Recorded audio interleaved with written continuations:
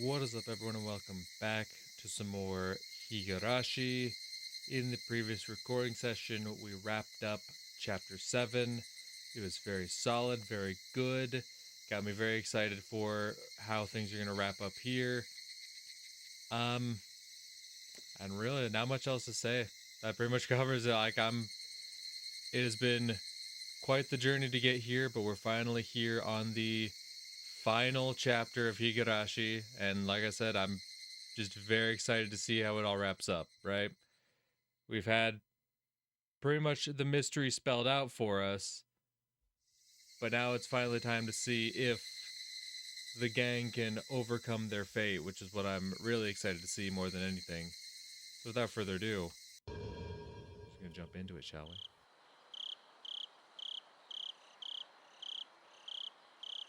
Matsuribayashi, at least let it end with a blissful dream. Festival accompanying chapter. The riddle you've been entrusted with solving now finally becomes unraveled. What must be done to stop the chain, and what will happen in the ultimate end? It's a showdown between the conclusion you reached and the one I reached. There is no difficulty. You should understand that now. Alright. Alright.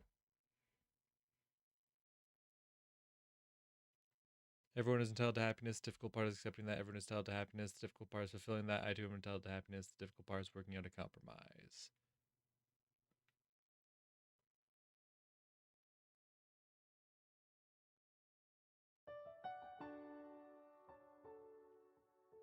Oh, a study, huh? The study was filled with piles of books and papers. In that study, there was a full-figured old man writing something at his desk in utmost concentration. There was also a little girl sorting out papers on the carpet. She almost looked as though she was playing with them, but the serious expression she was wearing made it clear that she wasn't. おじいちゃん、資料の分けっこができたよ。ありがとう。さてさて、どういう結果になったかな？同じ症例の人がこれだけ集まった。全国平均と比べても明らかに異常なくらい。やはりな。こっちも興味深い論文を見つけたところだ。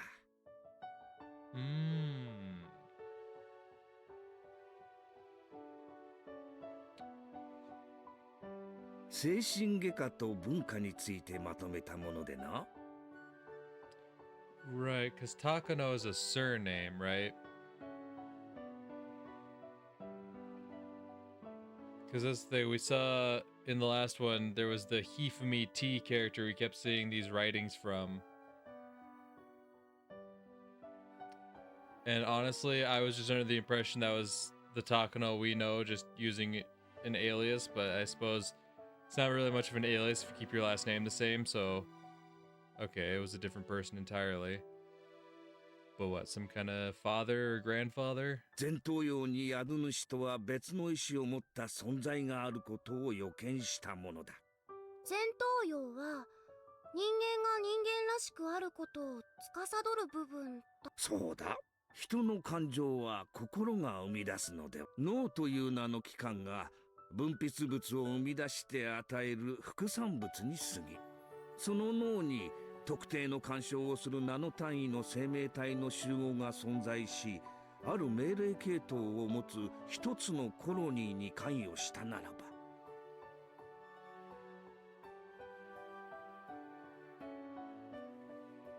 あるいは教育の分布か、国境の分布か、人種の分布か、我々の世界の異なる文化コミュニティの存在と、その対立の一因は、そういった人の思想に影響を及ぼす微細な生命体の存在にあると仮定している。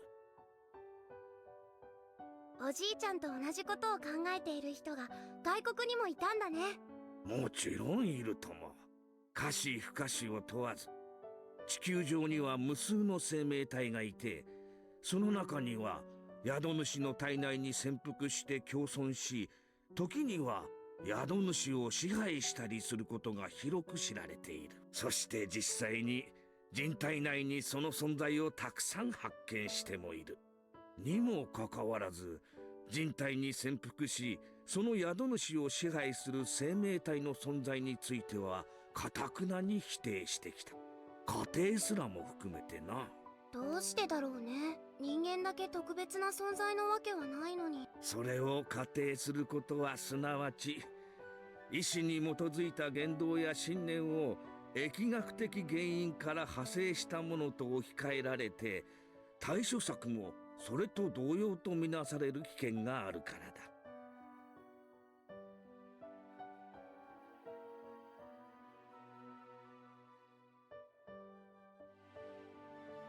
中世の歴史に登場するペストなどを想像しなさい。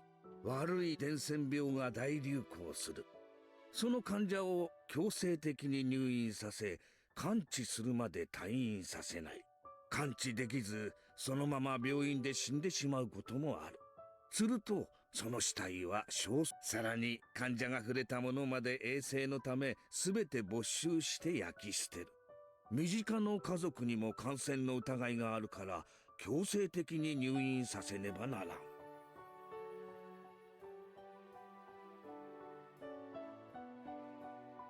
思想を病気と置き換えなさい。完治するまで退院させない。触れたものは感染の疑いがあるから全て焼き捨てる。家族にも感染の疑いがあるから強制入院。でも思想なんて個人の自由なんでしょ。ペストとは違う。つまり思想は治療不可能な伝染病と置き換えられるわけだ。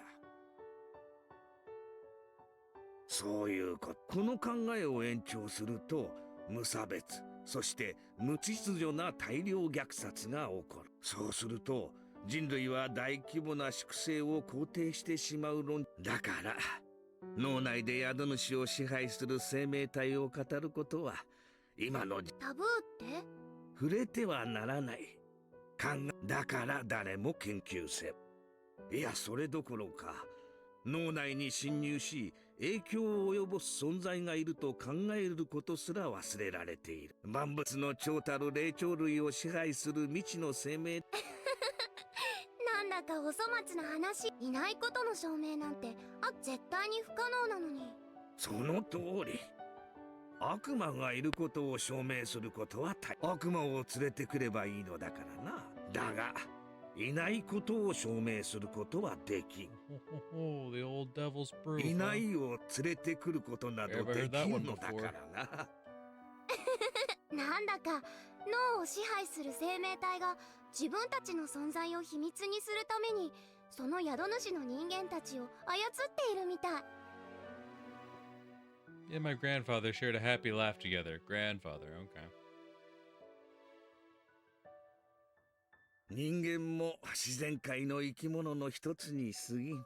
食物連鎖の頂点にいるだけで、それをもって神格化された存在であると思い込む人とて、あらゆる微生物やウイルスに支配されうるのだ。その存在が今日まで発見されていないからといってそれをもって存在しないという証拠にはならん。絶対に存在する。科学の世界にもたくさん存在が仮定されていて、そうだ。それらの仮定をした科学者が全て生きているうちに評価を受けられたわけではない。世まいごとだと呆れられ、その正しさを証明できなかった科学者も大勢いたのだ。でもおじいちゃんは生きているうちに証明されるといいね。じゃなかったらおじいちゃんがかわいそう。大丈夫だよ。神様は努力する者を見捨てたりはしない。努力は必ずいつか結実するのだ。いつかってそれはいつ？神がいつ降臨されるのかは誰もそれは例えるなら泥棒がいつ訪れるのかわからないように。だから予期せずしてその時を迎えて不信心であったことに歯ぎしりすることがないよう常に目を覚ましていなさい。That was something that my grandfather said all the time. Nobody knows when efforts will bear fruit, but it will happen one day. That's why you must always work hard, so you have no regrets when the time comes. Your efforts will bear fruit someday. That's what he meant. でもおじいちゃんが生きてるうちに認められなかった科学者がたくさんいるのに。 That was such a cruel thing to say, but I didn't mean to be cruel.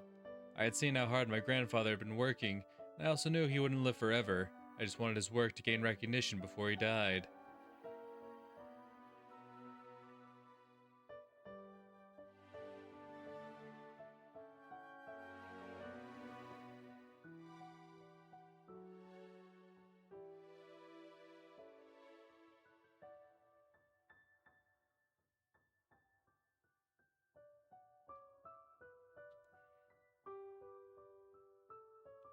Jesus predicted just before he was executed that he would come back to life after 3 days.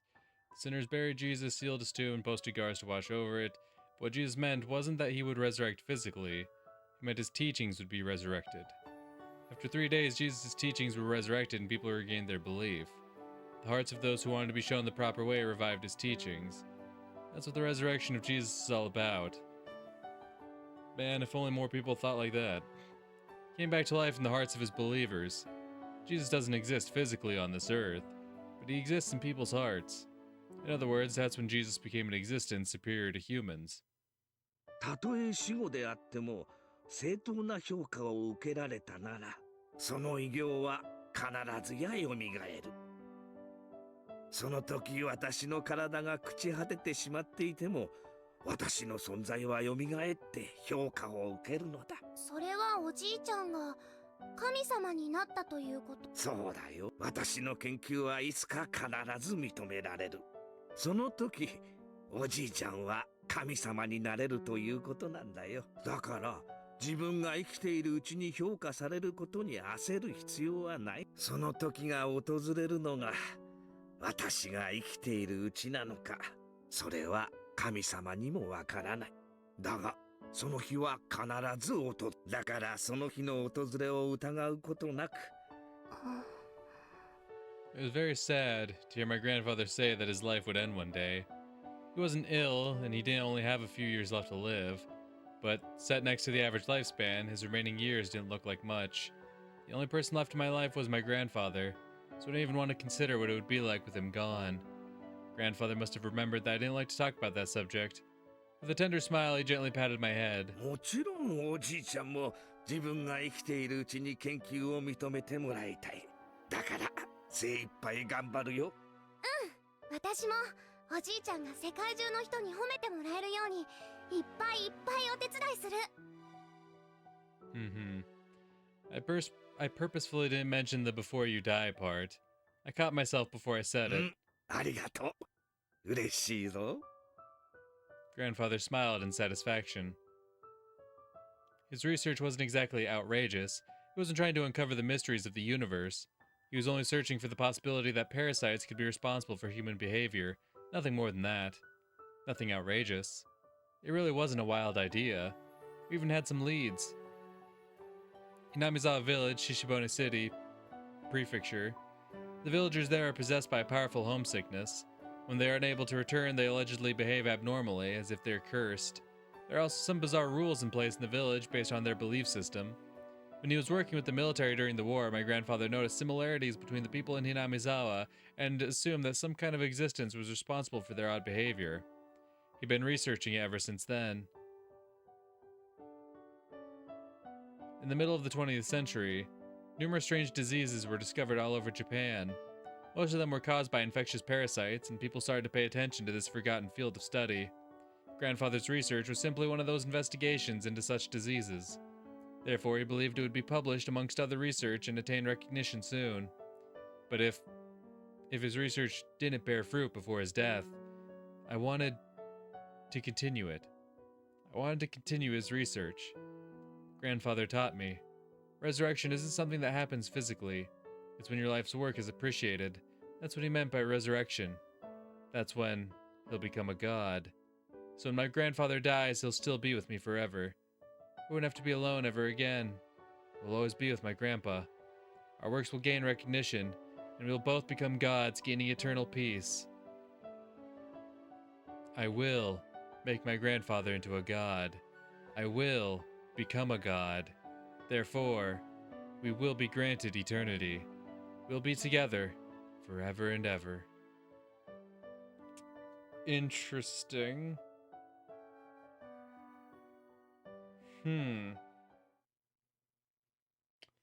Well, then I'm curious to know where her wires ended up getting crossed.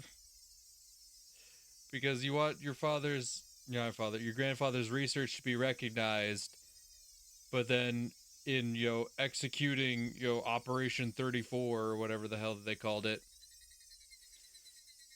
you essentially bury all that research. Like, sure, under the guise of making yourself a Yashiro-sama, sure, you make yourself into a god, I guess. You could argue that, but, like, if it started because of, like, wanting your grandfather's research to be recognized, you kind of fucking failed at the end. If, your final act essentially buries all research into what he was doing. So, very curious to see what the turning point is there. I was looking at the key on a keychain. The key was labeled Hen House, but the lock Eriko was trying to open didn't belong to that door. It should have opened effortlessly. At least that's what was supposed to happen. But it didn't open. I noticed beads of sweat forming on Eriko's forehead. She was the one who came up with this idea. Eriko was starting to panic. The rest of us started to panic too.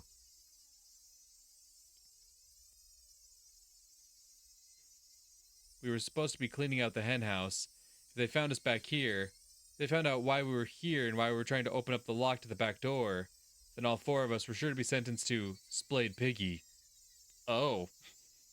It's quite the punishment name. Don't panic. He opens the lock. You already tried it. She was almost shrieking. Our hearts were pounding loudly. It was as though the sound of our heartbeats was echoing throughout the hallway. At that point, we heard footsteps that didn't belong to a child. The three of us held our breath, but Eriko didn't hear it. She kept fussing with the lock and the key, as if everything would be okay if she could just open the lock.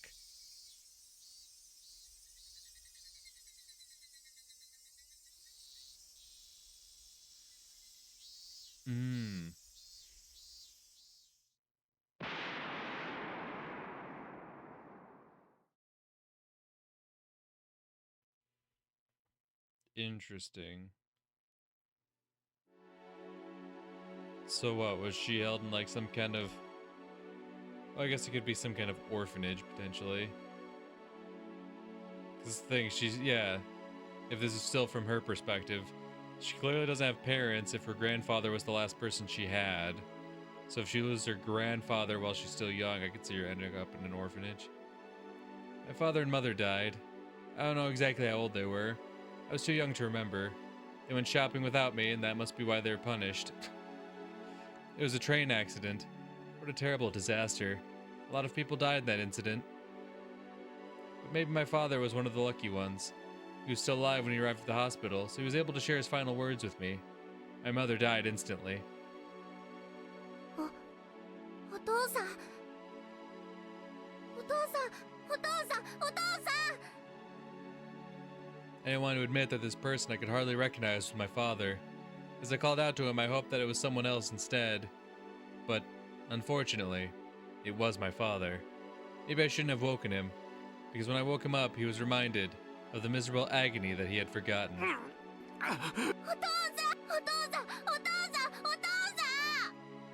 He tried to move his right arm, so he could pat my head, but his arm was wrapped in bandages, and his hand was no longer there. Oh, Jesus. I couldn't find his hand anywhere on the bed. Yikes. I only had scary memories of his right hand. Its main job was to slap me when I did something bad, but I never wished it to be gone. Besides, that hand also patted my head, even though that only happened a few times. It was a big warm hand, and it stroked my head very gently, but no matter what good deeds I did, he could no longer rub my head. No, his hand was the least of his worries. He had to go into emergency surgery. The doctors already warned me that the chance of him surviving was very low. That was why I was allowed to see him regardless of his condition. Not only could he no longer rub my head, he might be gone forever. お父さん、手術でお父さんきっと元気になれるよね。よく聞きなさい。お父さん、もしもお父さんが死んでも。嫌だ嫌だ、お父さんは元気になる。お医者様がちゃんと手術してくれる。だから死んだりなんかしないんだよ。 He was a stubborn and old-fashioned father. He believed endurance was a virtue and never complained about anything. That's why I couldn't believe he actually said he might not make it. I tried desperately to deny his words, but even that wish wouldn't prolong his life. My father, knowing his time was limited, tried to tell me some important things, but I interrupted his efforts by crying like a baby. I just wanted him to slap me, just like he used to do every time I cried like a baby, but he would never slap me again. よく聞きな。お父さんもお母さんも。だからお父さんが死んだらお前の世話をしてくれる人は誰もいない。 He didn't need to tell me that. My parents used to tell me that all the time, so I was aware of the fact. In other words, my father was the only relative I had left in this entire world. もしもな、お父さんが死んだ高野先生を頼りなさい。 Okay. She was adopted by a Takano. So is that going to be some grand reveal what her actual surname is? 高野ひふみ先生だよ。言ってみなさい。高野ひふみ。そうだ、高野ひふみ先生だよ。高野先生はきっとお前を助ける。お父さんお父さんお父さんお父さん。 Many doctors came into the room in a hurry. He wanted to tell me something else, but the doctor stopped him from talking, so I wasn't able to hear him. I was kicked out of the room. I didn't know what to do. Nobody told me how my father was doing, or when the surgery was going to start. Nobody told me. That was going to be the last conversation I ever had with my father.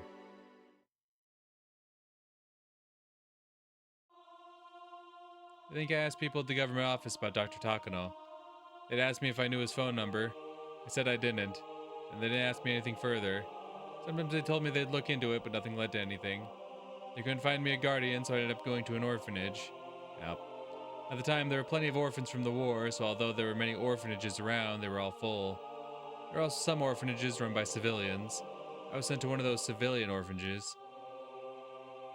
There was no profit to be had in taking in an orphan in the first place, so I thought those civilians who were running orphanages must have been very good people. I was sure they had hoped that the children would grow in this loving environment and enter into society with a sense of gratitude.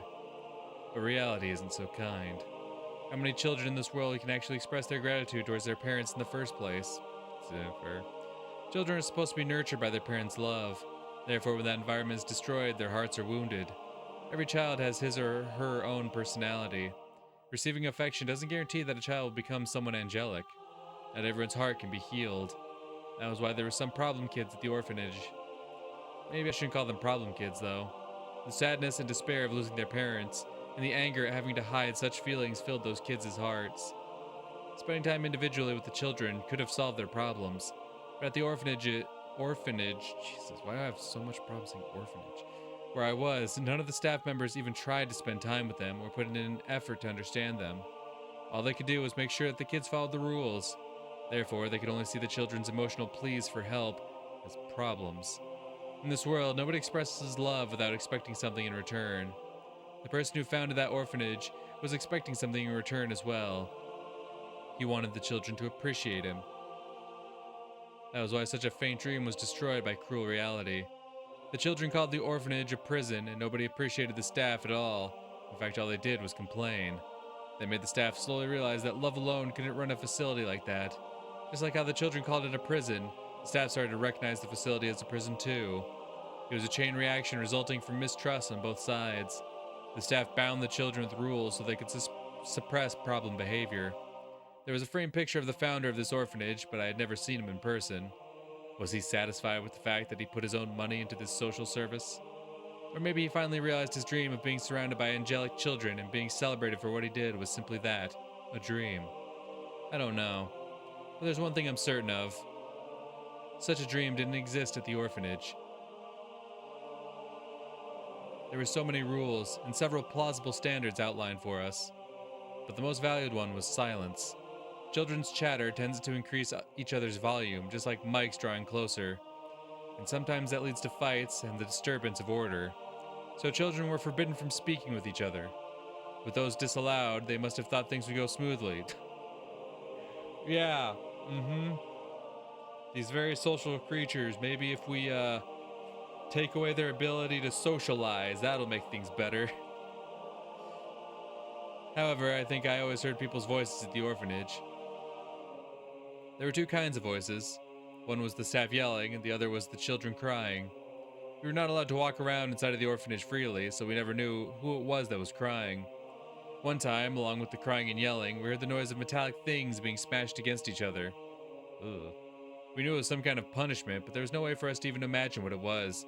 We trembled, pretended we didn't hear anything, and kept working on our assignments. One of my roommates told me it was the casket punishment. But she didn't tell me any further. I didn't want to know either. Even if we behaved exactly the same way as yesterday, if the staff were in a bad mood, they might pick on us. So even if I didn't want to know, I might suddenly find out what the casket punishment is one day. The footsteps of a staff member were getting closer. We noticed them, so we straightened our backs, pretended we were studying hard. It was more important that the staff saw us doing so than us actually getting any work done. I noticed the girl next to me was falling asleep, so I poked her with my elbow. She noticed my signal and straightened her back with the other children. It was almost evening. This was the hardest time for us to keep ourselves awake, and the most dangerous time. The door to our room opened, and a mean-looking man showed up. And he looked around to make sure none of us were falling asleep. Even if we were actually studying hard, if he thought we were asleep, we were out. That was why we had to make sure we appeared to be studying very hard. The man walked around our desks.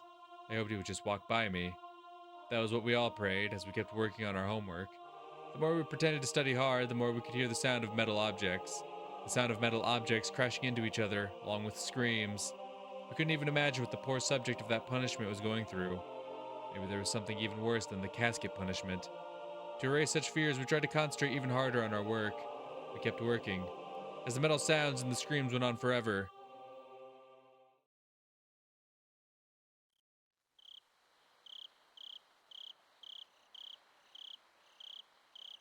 The only time we were allowed to exchange words with our roommates was right after turning the lights off to go to bed. Being located in the middle of the mountains, the orphanage was very quiet at night. After making sure the staff members were far enough from our room, we enjoyed talking amongst ourselves. That was the only leisure time allowed to us. Though it wasn't anything nice like enjoying pleasant conversation. Why? Because we mostly talked about others behind their backs. We spoke of things like, that member of the staff is only strict or unfair or malicious towards this person, and so on. We just repeated those topics forever until someone couldn't keep themselves awake anymore. We even discussed how we would get back at the staff.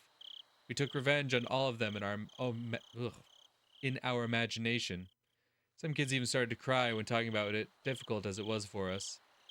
Although the subjects we spoke of were negative, talking about them was the only way to vent our frustration. And even though we felt despair about tomorrow, we were able to fall asleep. But sometimes, a different subject popped up. It was about the Yurigaoka House of Love and Mercy on the other side of the river. Yeah. Over there, I hear they get not only nap time, but snack time too. Plus, their president is a very nice person. The House of Love and Mercy was a privately run orphanage, just like the one I was at. But it was a very kind facility, unlike ours. It seemed like a fantasy land compared to our current environment. A few years before, when this place was a lot worse, a few children tried to escape. It was hard to believe. There was a time when this orphanage was even worse to live at. Supposedly, 3 or 4 people tried to escape.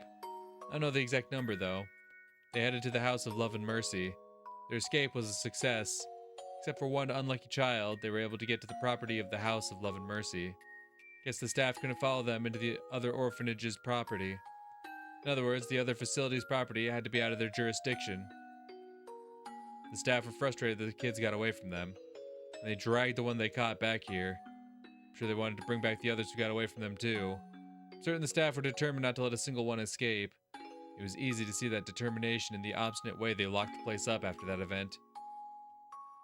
but they were never able to bring back the ones that got away. No matter how much the staff were mortified, they couldn't reclaim the children and punish them. In other words, if you could make it to the House of Love and Mercy, then you could escape the evil clutches of this hell. On the other hand, the one they caught went through such misery afterwards. Yet the exact details of how he was punished were never passed down. All that remained were ominous phrases left by those who knew him at the time. The drowned ducky, the mashed caterpillar, the splayed piggy. Can't even imagine what kind of punishments they were. The only thing I can say is that those punishments were supposed to be far more harsh than the casket punishment, which was the most cruel punishment I knew at the time. I can only imagine how horrible those punishments were from their ominous names. After that, the captured kid's wish came true. He was able to leave the orphanage. Was he able to leave this orphanage safely and enjoy his freedom while breathing in fresh air under the blue sky? Well, according to the rumors, that wasn't what happened at all. Yeah, no. Going off what I've heard thus far, it kind of sounds like he was tortured to death. While he was playing in the boiler room, he slipped and fell, injured his brain, and died. Holy shit. The children were instructed not to go into the boiler room after that incident.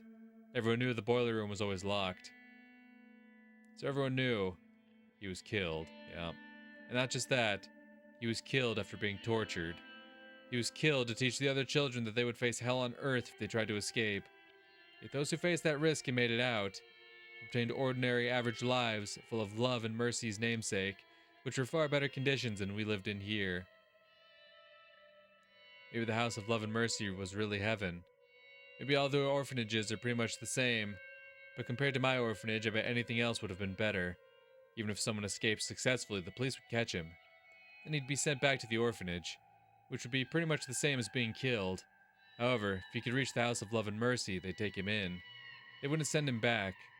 By talking about escaping to the House of Love and Mercy, we were trying to forget how cruel reality was to us. Then one day, the leader of our group, Eriko, said to us quietly, "Would you try to escape if you had a chance to?" Who didn't want to escape from here? It was a rather foolish question, but that wasn't what she meant. If there was a chance to escape, would you take that chance, knowing what you had to go through if you got caught? That was what she meant. Not one of us could answer immediately. If the previous escape incident was a total success, then we might have thought differently. But after that, the orphanage had tightened up security to prevent runaways. All the doors and windows were locked heavily, and it wouldn't be at all easy to get out. Even if another group escape was planned, the success rate would be very low. 3 escaped and 1 was caught before. Maybe 2 would get caught next time. No, maybe everyone would be. If I could, I'd want to escape. But the House of Love and Mercy is so far away. The bridge is long, too. We'll all be caught before we get there. Besides, we can't even go outside. Everything is locked up. There are locks all over the orphanage. To escape, you'd need a key for both the inside and the outside, and after the lights were turned off, even each section of the hallway was individually locked. Jesus Christ. Make no mistake, this was a prison. Yeah, no shit. According to the rumors, orphanages receive government funding depending on the number of children they house. So if anyone escapes, they lose money. Also, if we were to expose the conditions at the orphanage, they would end up being inspected and things would get complicated for them. That was why they were so intent on keeping us locked up. Sure, if there was a chance, I would want to escape, but realistically, there's no way we could. Every door is locked. Well, did you know? The hen house in the courtyard uses the same key as the door to the back stairs. Really? Shh.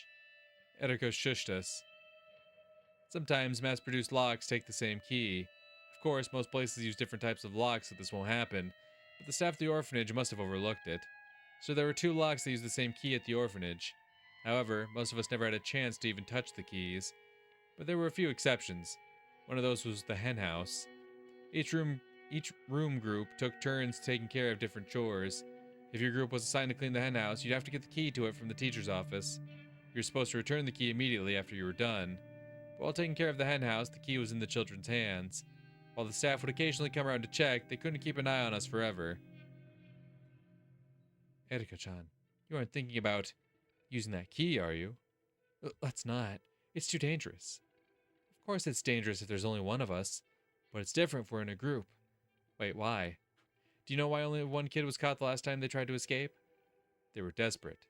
And so to escape as a group, they did something to increase the chance of success. That's why only one of them was caught. What did they do? They scattered as they ran. They dashed in different directions. They waited until the day when there were only a few people working at the orphanage and ran this way and that. And so, although it all depended on luck, it would increase the chance of success for sure. On your own, you probably have no hope, but if the staff were to chase after other children, then your chance of escaping successfully would increase. In other words, Eriko was inviting us to escape with her. The more children joined, the more each of our chances would increase. But among us, there were children who tattled to the staff for their own benefit, so she had to be very careful about who she talked to. Eriko must have trusted us a lot. Eriko, me, Tomomi, and Kiko. 4 children. Do any of you want to stay here a day longer? The 3 of us shook our heads, but at the same time, we couldn't agree to escape with her either. Of course, we don't want to stay here a day longer, or even an hour longer.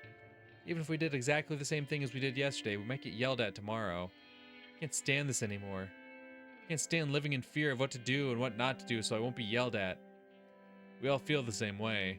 We could endure strict rules, but it was almost impossible to endure vague ones. It wasn't too much of a stretch to say that the rules depended on the mood of the staff. This is okay. That isn't okay. Such borderline rules change daily, and if we were to say anything about that, we would be treated horribly for it. I will escape, even if I have to do it alone. Like I said, the more people that join, the better our chance. Think about it. If they find out about this henhouse key trick, they're sure to change the lock on the back door. In other words, we only have one chance. So even if you regret not joining in later, it'll be too late. But, oh, I'm scared. I'm scared too. If we get caught, we'll be killed. Tomomi and Kikiko weren't the only ones who felt afraid. The fear was perfectly understandable, because all of a sudden the fear of the punishment that would follow had become very realistic. I'm sure Eriko felt the same way too, but her courage was suppressing her fear, and because of that, she shared her idea with us. So do you plan to stay here forever? No way. I know you're scared, but this is the only chance we have. You have to be brave just this once. What about you, Miyoko? Don't you want to go with me? Unlike Tomomi and Kikiko, I wasn't trembling that much. Of course, I was scared in my own way, but compared to the other two, I must have appeared rather calm. Can we really escape? Of course, Eriko couldn't guarantee our success, but I had to ask her anyway. There's no guarantee, but if you join me, I'll have a better chance of escaping than trying to run on my own. Of course, the same goes for you too. Eriko gave a calculated reason, but I'm sure she just wanted a friend to agree with her. That was probably more important to her than increasing her chances to escape. Tomomi, Kikiko, if you're too scared, then I won't force you. Miyoko and I will escape ourselves. 2 is enough. Well... Eriko rushed the 2 to make up their minds. It almost looked cold, but that was her way of mustering their courage, because it was very possible that, regardless of the outcome of our escape attempt, as our roommates, those 2 would be held responsible. It's not like we'll do it tomorrow. Our turn to take care of the henhouse is in a week. We'll wait for the perfect time to do it. If we don't feel that it's safe, then we'll wait until our next turn. We'll be very careful. The rotation of the staff and the timing were important, but we also each had to know the way to the House of Love and Mercy. We were planning to split up, so we had to know the area. I made up my mind. Okay, I'm coming with you. Let's time our escape very carefully, okay? Of course.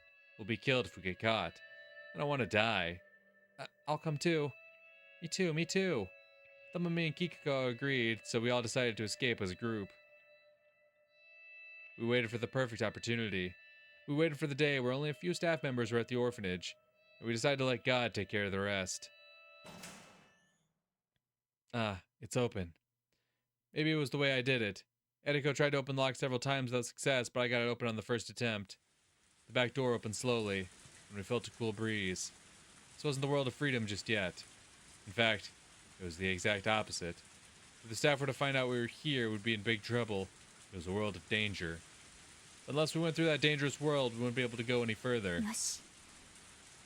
Ikuyo. Oh, you do have a voice. I think Eriko wanted to say that. We were planning to leave with that as our cue. What we heard instead wasn't Eriko's voice. We started to run. It was raining. We all got soaked immediately and our clothes stuck to our skin. Although it would normally be very uncomfortable, we couldn't even stop to think about that. We could only keep running in the rain. We were dashing on gravel, but it felt more like trudging through a muddy rice field. My feet keep sinking, and I couldn't pull them up. I was frustrated because no matter how fast I tried to run, I wasn't gaining any speed. I felt a sense of urgency. I heard someone yelling escape behind me, and all I could do was run like crazy. 決めた通りにバラバラの方向に散って Without a close cue, we all went different ways, hoping they wouldn't be coming after us. Would we be able to reunite safely at the House of Love and Mercy? All four of us there together, or maybe someone would be missing. No, maybe everyone else would make it, and I'd be the one who gets caught. My thoughts were interrupted by the voice of a staff member coming from behind me.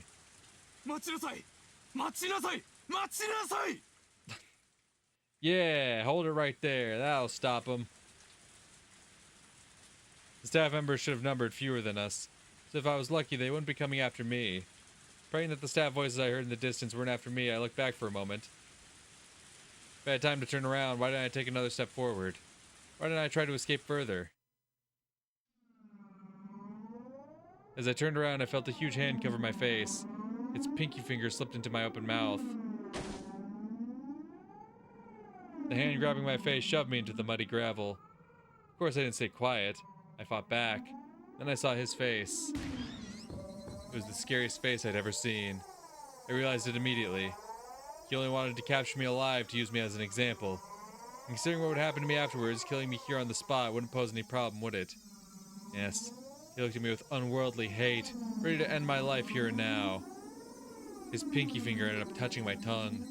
The indescribably nasty taste and icky feeling through my whole body. Ah, that's it. This is what my murder tastes like. He was going to shove that finger down my windpipe and suffocate me. And so in order to live, I fought back the only way I could. Bite his fucking finger off.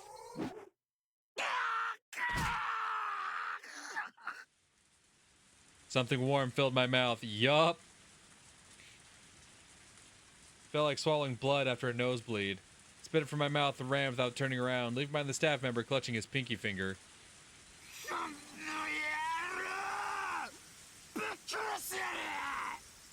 I heard his roars echoing behind me. It wasn't a man that was after me. It was a beast. He had no interest in capturing me. His only goal was to see me dead. My shoes had slipped off. They weren't sneakers, so they came off easily while I was running like mad. My bare feet struck the gravel over and over.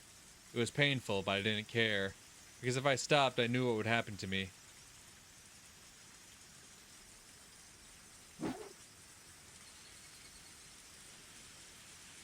Tree branches cut my face and barbed wire scratched my thighs. My feet and toes were bloody from running on gravel. The blood from the staff member's pinky finger dripped down from my mouth, staining my chin and chest. I was running for my life, with scratches and cuts all over my body. If I were to get caught, I would be killed. If my pursuer had any sense, then I would be killed after being tortured. But if he didn't, I would be killed on the spot. I don't want to be killed. I don't want to be killed. My lungs and heart were about to explode. My mind was blank from fear and lack of oxygen. I was about to lose consciousness. I might have given in if I didn't hear the voice of the staff member coming after me. My knees were shaking. My legs wouldn't move properly. I felt like I was going to fall like a puppet with its strings cut. But I couldn't fall. I couldn't fall just yet. Ah. It was too late. My face had hit the gravel. I felt the awful sensation of falling. And immediately after, the roar of the beast coming from behind me.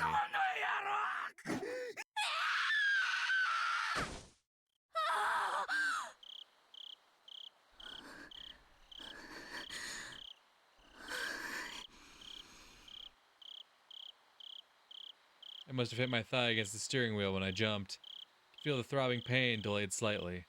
I'm sweating all over. I wiped the sweat on my forehead and put my hand on my chest, only then realizing how fast my heart was beating. I rubbed my thigh.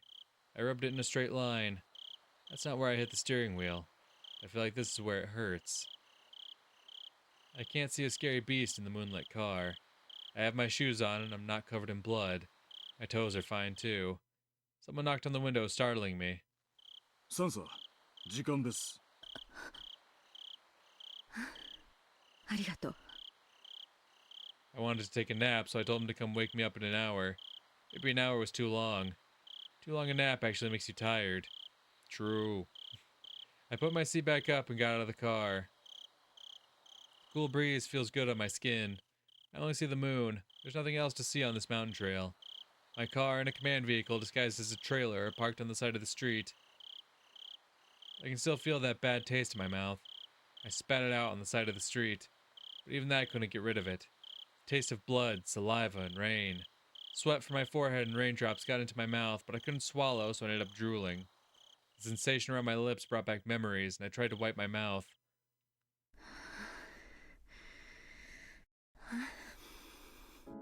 Maybe I'm nervous. That's why I had such a bad dream. I think there's a coffee machine in the command vehicle. An unpleasant cup of coffee will wake me up. どう？何か動きは？いえ、何も。先ほどジーチから定期連絡が。問題なしとのことです。そうねえ、どなたかコーヒー？はい。ミルクだけ。あ、やっぱり砂糖も入れてくださる？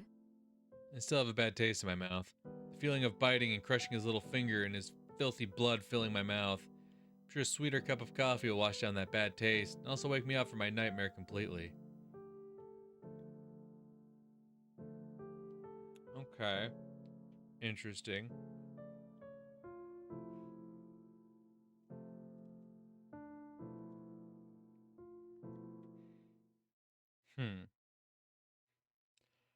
Well, goddamn. That's quite the fucking introduction. Alright. So we get a little peek behind the curtain into Takano's childhood. She was orphaned at a young age, sent to a very fucked up orphanage. Clearly did escape in some fashion.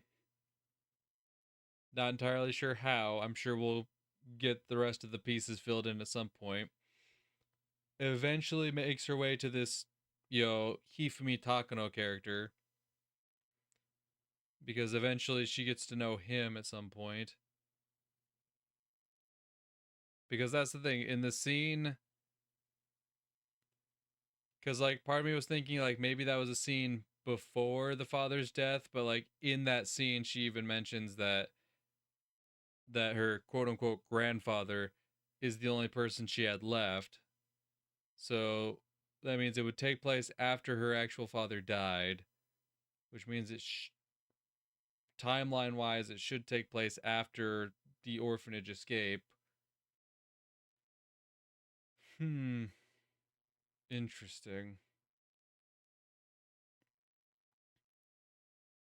I mean, I could definitely see why she'd grow very attached to this Takano character, Mr. Hifumi. Because I imagine he plays some role in actually helping her out, getting out of, the orphanage in some fashion. Interesting. Also, you take me to the screen. Are you gonna? There's no new tips. I hate it when you do that. Interesting.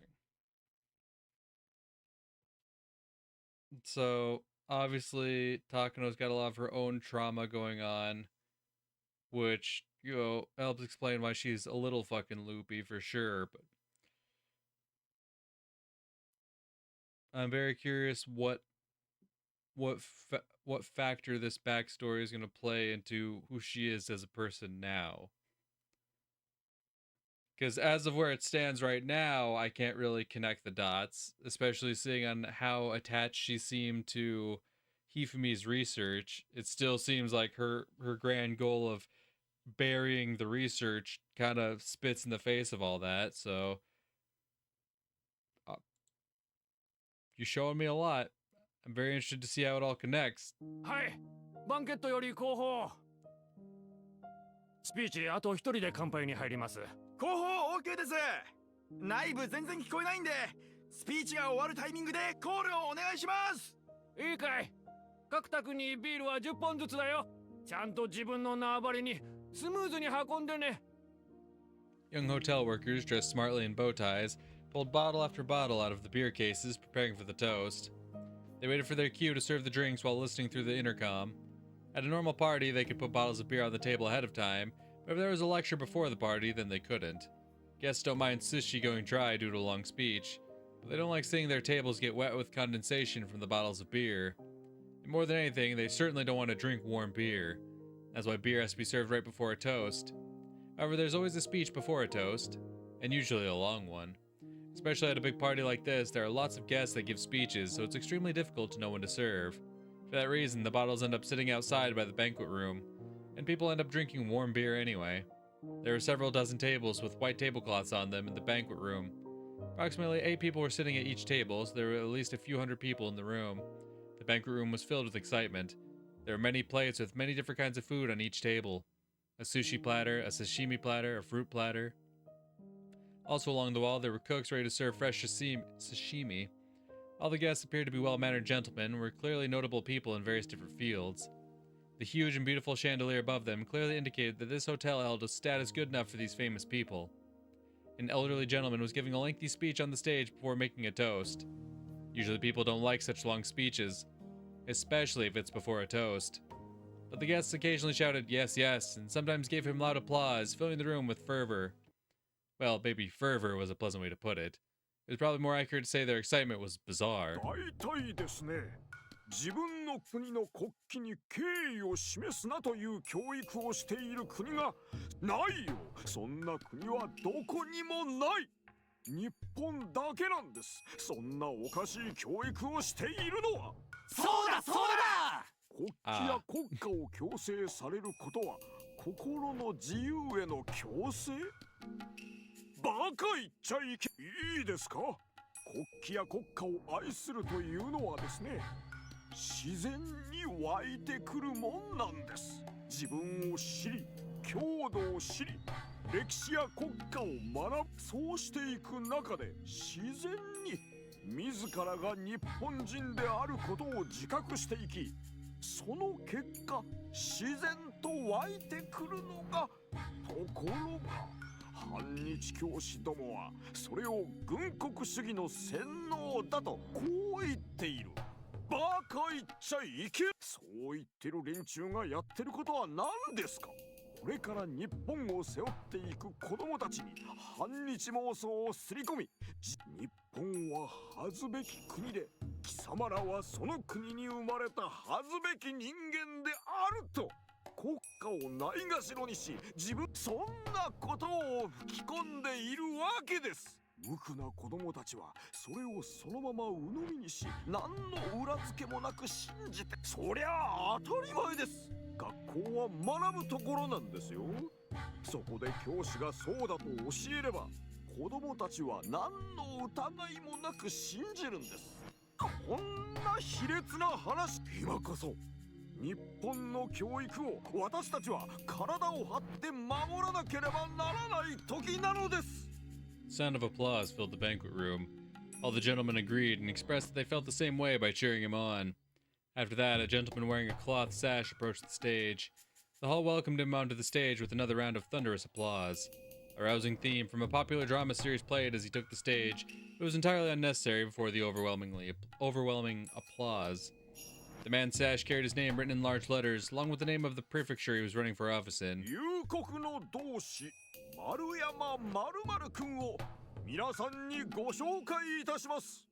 彼丸山君は長年前知事の下で知事室長を務め、その懐刀として長いこと県政を支えてまいりました。夕刻の同志丸山○○君を皆さんにご紹介いたします。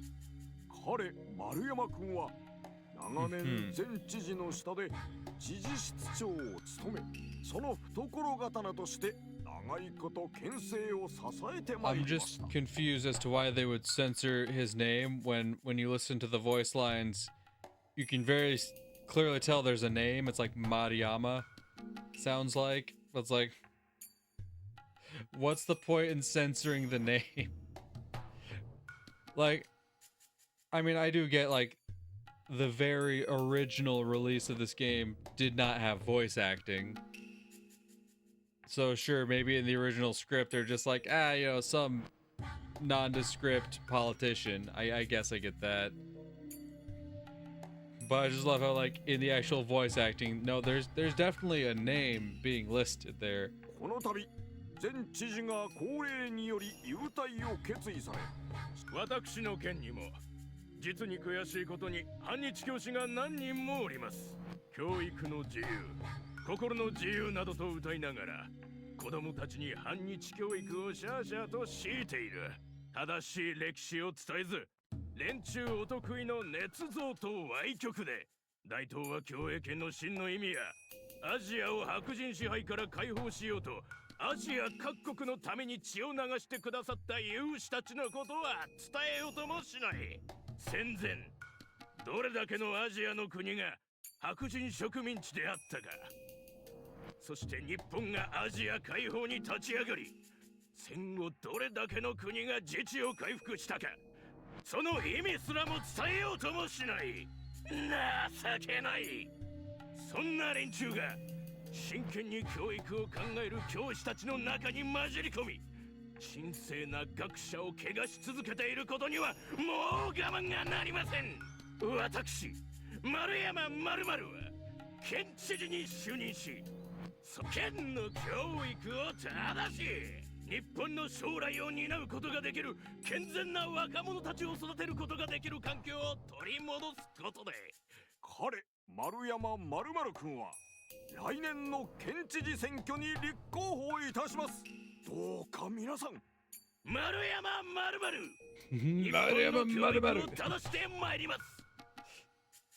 Like, bro, why you gotta keep screaming your own name like you're a fucking Pokemon or some shit? どうかよろしくお願いいたします。 Again, the back room filled with applause. The man was receiving a standing ovation. I need to explain a bit about this banquet before you misunderstand. Is this not some kind of meeting of a nationalistic society? Probably like the origins of Tokyo? It wasn't a conference of a political association or a lecture by a political candidate. It was hard to believe, but this was nothing more than a meeting of a college's alumni association. Jesus Christ. Okay. Everyone should be familiar with what those are. Whether it's elementary school, junior high school, or college, once you graduate from one of those, you normally belong to an organization of alumni. You receive invitations for reunions when you enjoy talking about the good old days. However, there are many different types of such organizations. Some are simple, and some are united with much tighter bonds. And once an organization becomes united with those tight bonds, it's no longer a simple organization of alumni. Rather, it becomes a significant faction known as an alma mater clique. In Japanese society, it's traditional for graduates to form tighter bonds that go beyond the level of an organization. Also, the more superior the alma mater, the stronger the tendency holds true. The Imperial University, one of the best universities in the country, is famous for the deep bonds its graduates form. Why do superior people like to bond? Maybe because they take pride in being superior. But more than that, maintaining connections is the most significant reason. All Imperial University graduates are elites in their respective fields. They are likely to succeed and become important people. When they do, the unity of their alumni association gains immeasurable meaning. In fact, even today, the Imperial University graduates maintain their tight academic clique, and they hold great influence throughout many different fields. They interact with other universities as well, so the graduates' bonds are extremely tight even today. Additionally, while Imperial University usually refers to the University of Tokyo, sometimes it's used to mean all 7 major universities in Japan. They are located in Tokyo, Kyoto, Tohoku, Kyushu, Hokkaido, Osaka, and Nagoya. They are all great schools. There happens to be an organization of alumni that includes all of those 7 universities. The elderly gentlemen in this banquet room were each from one of those organizations. However, not every graduate would get an invitation here automatically. It is a society of select gentlemen. In order to become a member, one must first fulfill several conditions, such as recommendation from an existing member, contribution to the society, possession of status, and so forth. Therefore, all the members are important people from different fields, and obviously the power of this organization is of a political nature. But there's one more very important criterion one has to meet to join. Strong patriotism, a heart that longs to contribute to Japan and its rebirth. As a result, this organization has become extremely nationalistic. Okay, so this is like the origins of Tokyo. Up on the stage, the candidate of the prefectural governorship was still talking passionately. And among those elderly gentlemen in the crowd, Takano can be found. Takano seemed used to this kind of conference and seemed unsurprised at anything that was said. but at the same time she looked rather fed up with it. As she was in attendance, she must have been one of their members, which meant she possessed not only an extremely excellent academic background, but that the older gentleman here had acknowledged her equivalent contributions to society, and that she possessed strong patriotism. However, her academic background was the only qualification she had met to join. She was only able to join as a special case because of her connections.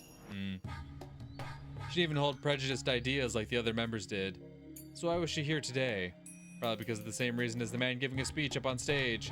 The man on the stage didn't actually have prejudiced ideas, much like Takano. He only prepared a speech that he knew the guests would like. Politicians only want votes. True.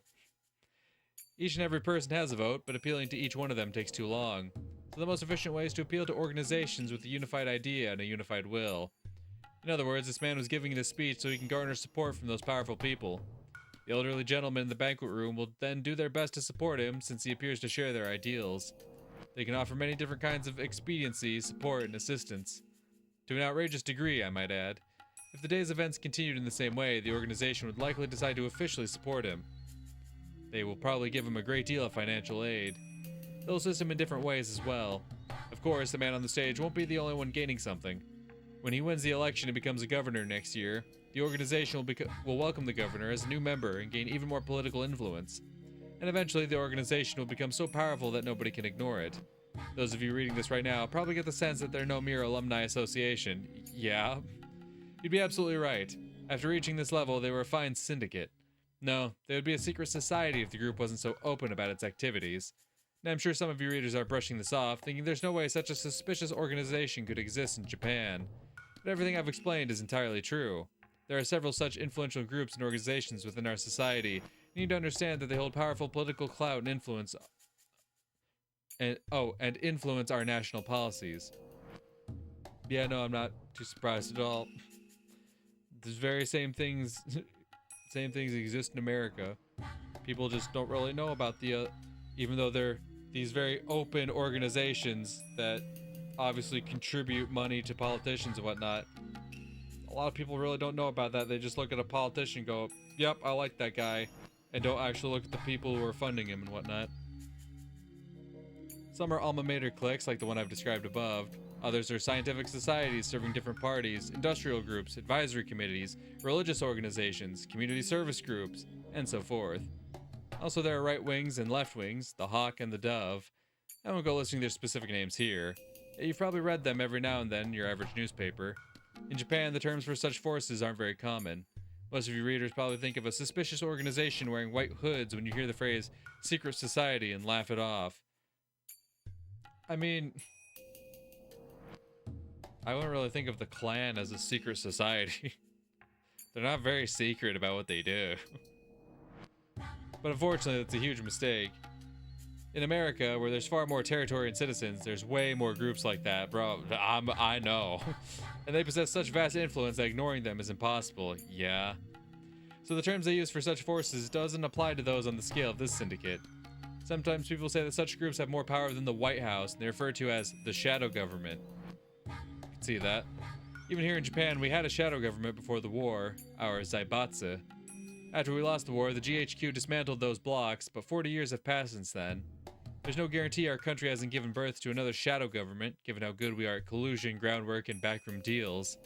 Mio Takano was, in fact, attending a conference of such a shadow government.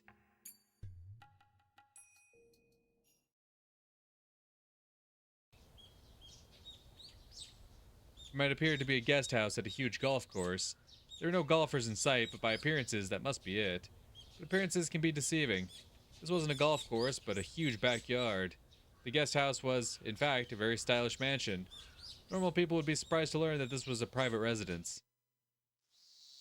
The interior of the building was as lavish as the exterior. There were beautiful carpets on every floor, expensive-looking decorations on the wall, and expensive-looking bottles of alcohol on the shelves. That's the kind of room Takano was in. There was a knock at the door, and an old man in a wheelchair and a young woman pushing it entered. As Takano stood up to bow, the old man stopped her by raising his right hand. 畳んでも久しぶりだの。いつでも遊びに来なさいと言っとるのに。そのお言葉だけで光栄ですわ、小泉先生。The old man sat down on the sofa with assistance from the woman. He was very old, his face was covered in wrinkles, and he could hardly do anything on his own. Even so, he still held a great deal of power and 相 influence. 変わらずお盛んですわね。首筋、口紅が。ほそれ本当かねやれやれこれはお恥ずかしいの There was no lipstick on his neck. The woman who was helping him with his wheelchair was too beautiful to be a mere helper, so Takano had suspected something. As it turned out, her guess was correct. Although he was so old that he could die the next day, he wanted to stay sexually active until the very end. Even the Grim Reaper would think that's just absurd. みおちゃんもいつの間にかすっかり美人さんに成長したのいつまでも小さいと思っとったらいつの間にのご冗談を。本当にそう思われていたら、私のお尻を撫でようなんてなさい。おい先短い年寄りに触らせても減るもんではないに私よりももっと柔らかいお尻を。Takano and the old man enjoyed a tasteless conversation. They had clearly known each other a long time and were very close. The young woman came back in to serve tea. After she left, the old man started to speak. しかしみおちゃんは本当に高野くんもこれほど立派に育ってくれてそうであればいいの。祖父の偉業には私など足元にも及びません。高野くんもいろいろと運がなかった時代にも恵まれんかったもし何もない時代に研究をしておったならあんたに引き継がせることもですが、そういう時代だったからこそ、皮肉にも祖父はひなみ沢症候群の存在に気づくことができました。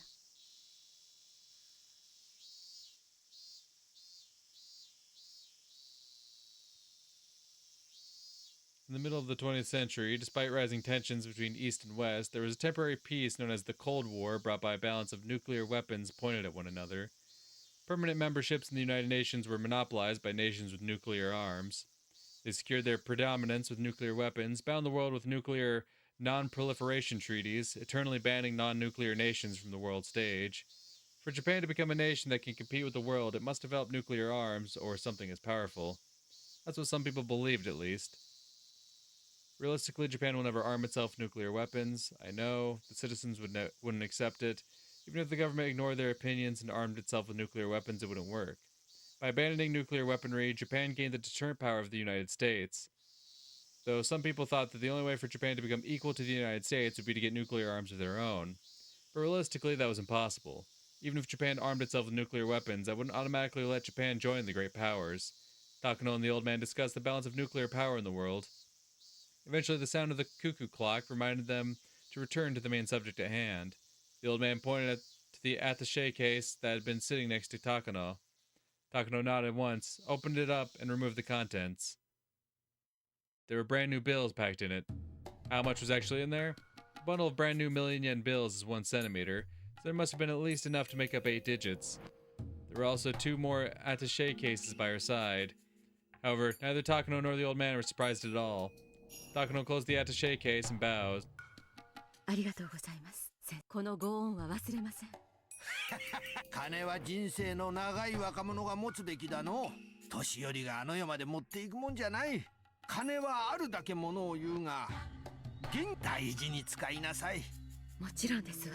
祖父の夢を実現するためだけ。高野くんが良いお孫さんを持たれたきっとあの世であんたを自慢しているだろうのまだ自慢されるようなこと。祖父の研究を完成させた時初め。本当に羨ましいうちのせがれたちは全然ダメだ金儲けのことしか頭にない金は儲けてからが大切なんだその儲けた金でお国のために何を貢献できるかが大切なんだそれこそが今日まで自分を育んでくれたお国へのご恩返しっちゅうあら、たくさんの愛人たちに気前よくおごるのも。もちろんだとも Of course. あいつらが買い物をすれば金は巡って金は天下の回り物だ However, those lovers would probably end up buying some foreign goods.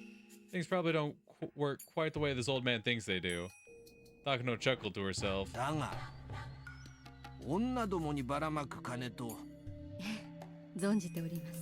みおちゃんは今日までよく頑張ってきた礼を尽くし大勢の人たちの信用と支持を取り付けた今だから話すが春山くんも望月くんも最初は君のことを若すぎると批判的だったんだがねだから私もみおちゃんのその努力を認め、そしてな、その金を私がみおちゃんを高野くんの研究の正式な後継者だと認めたということなんだ。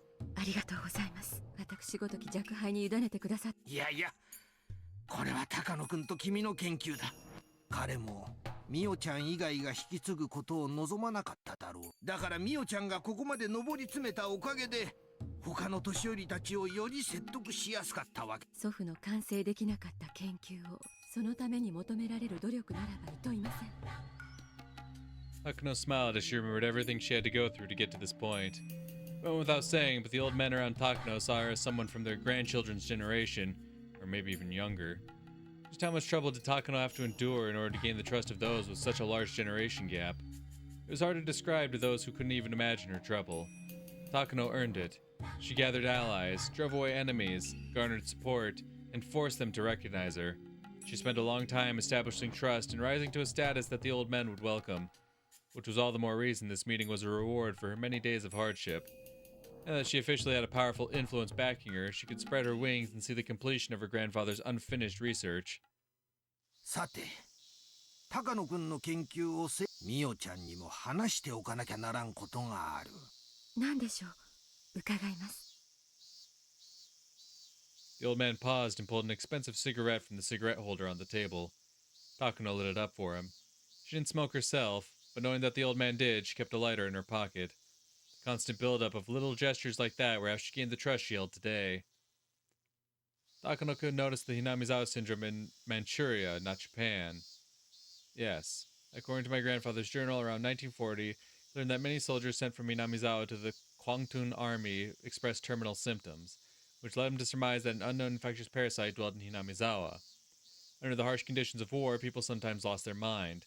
In those conditions, those who were sent to a far-off battlefield from Minamizawa spent their days under duress, and occasionally they exhibited terminal symptoms, hallucinated, and caused twisted incidents. Yet that all occurred in the extensive chaos of the battlefield.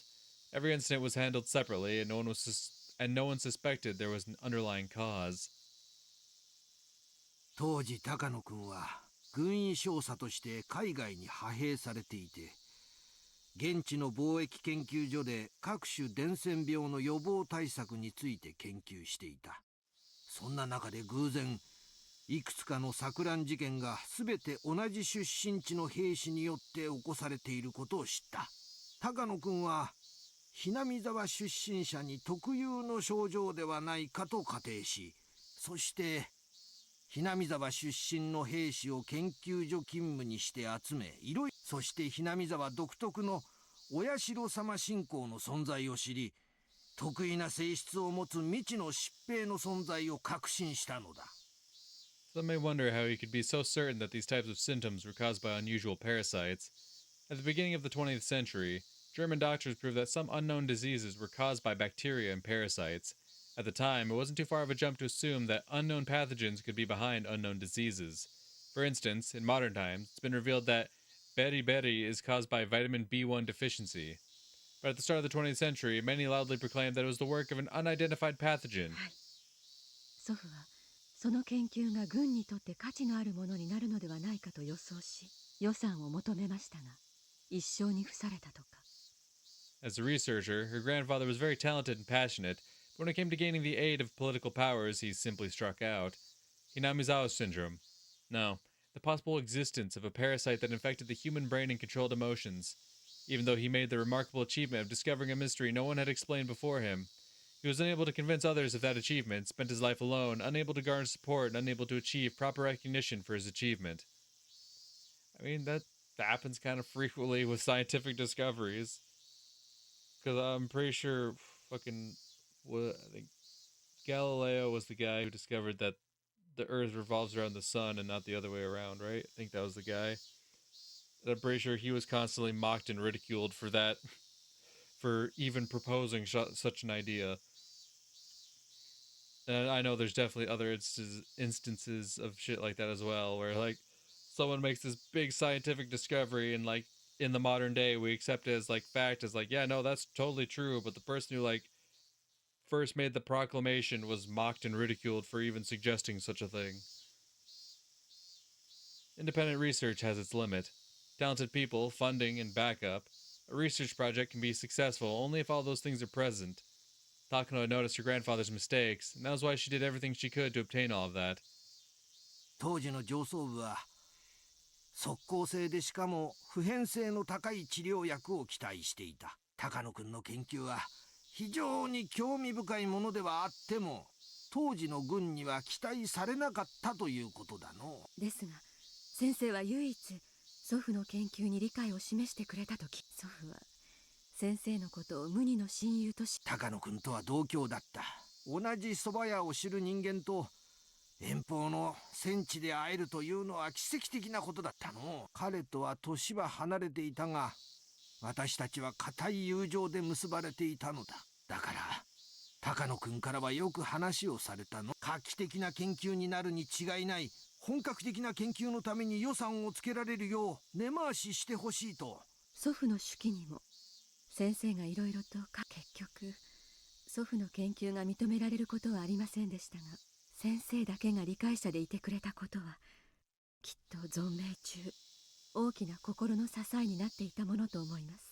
だが結局は何の力にもなれんかった。だから高野君にしてやれなかった協力を美代ちゃんにする。美代ちゃんに協力するのは高野君に対する私の罪滅ぼしでもある。ありがとうございます。祖父は良い親友に恵まれたと思って、軍上層部に先生のように理解を示してくれる方が祖父の人生はもっと違ったものになっていたかもしれないと思うととても悔しく思います。 The old man closed his eyes and paused for a moment.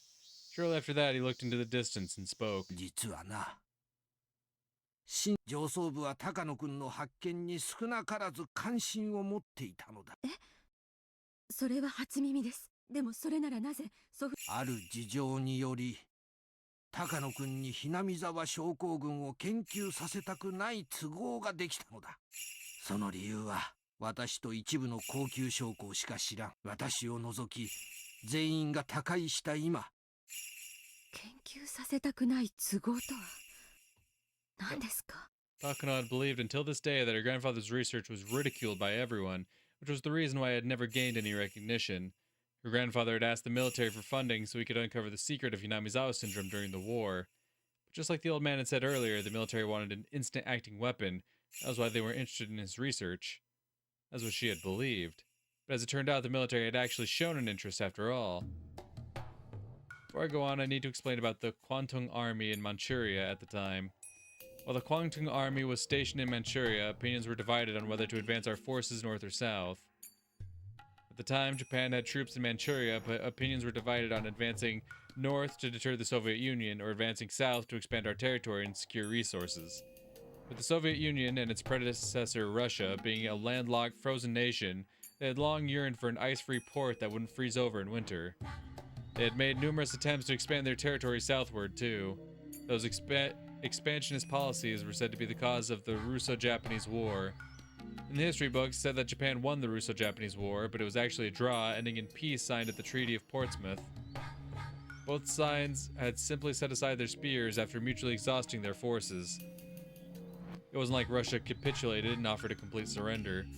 As a result, the perception of the Russian threat continued to smolder. Later, the Russian Empire was overthrown by a revolution, but Japan was unable to shake the threat that the new Soviet Union would advance south. According to the history books, Japan went south. They signed the Soviet-Japanese Neutrality Pact and abandoned the northern advance. As a result, when the Great Patriotic War began, the Soviet Union was able to respond to pressure on their German front by pouring in their eastern forces.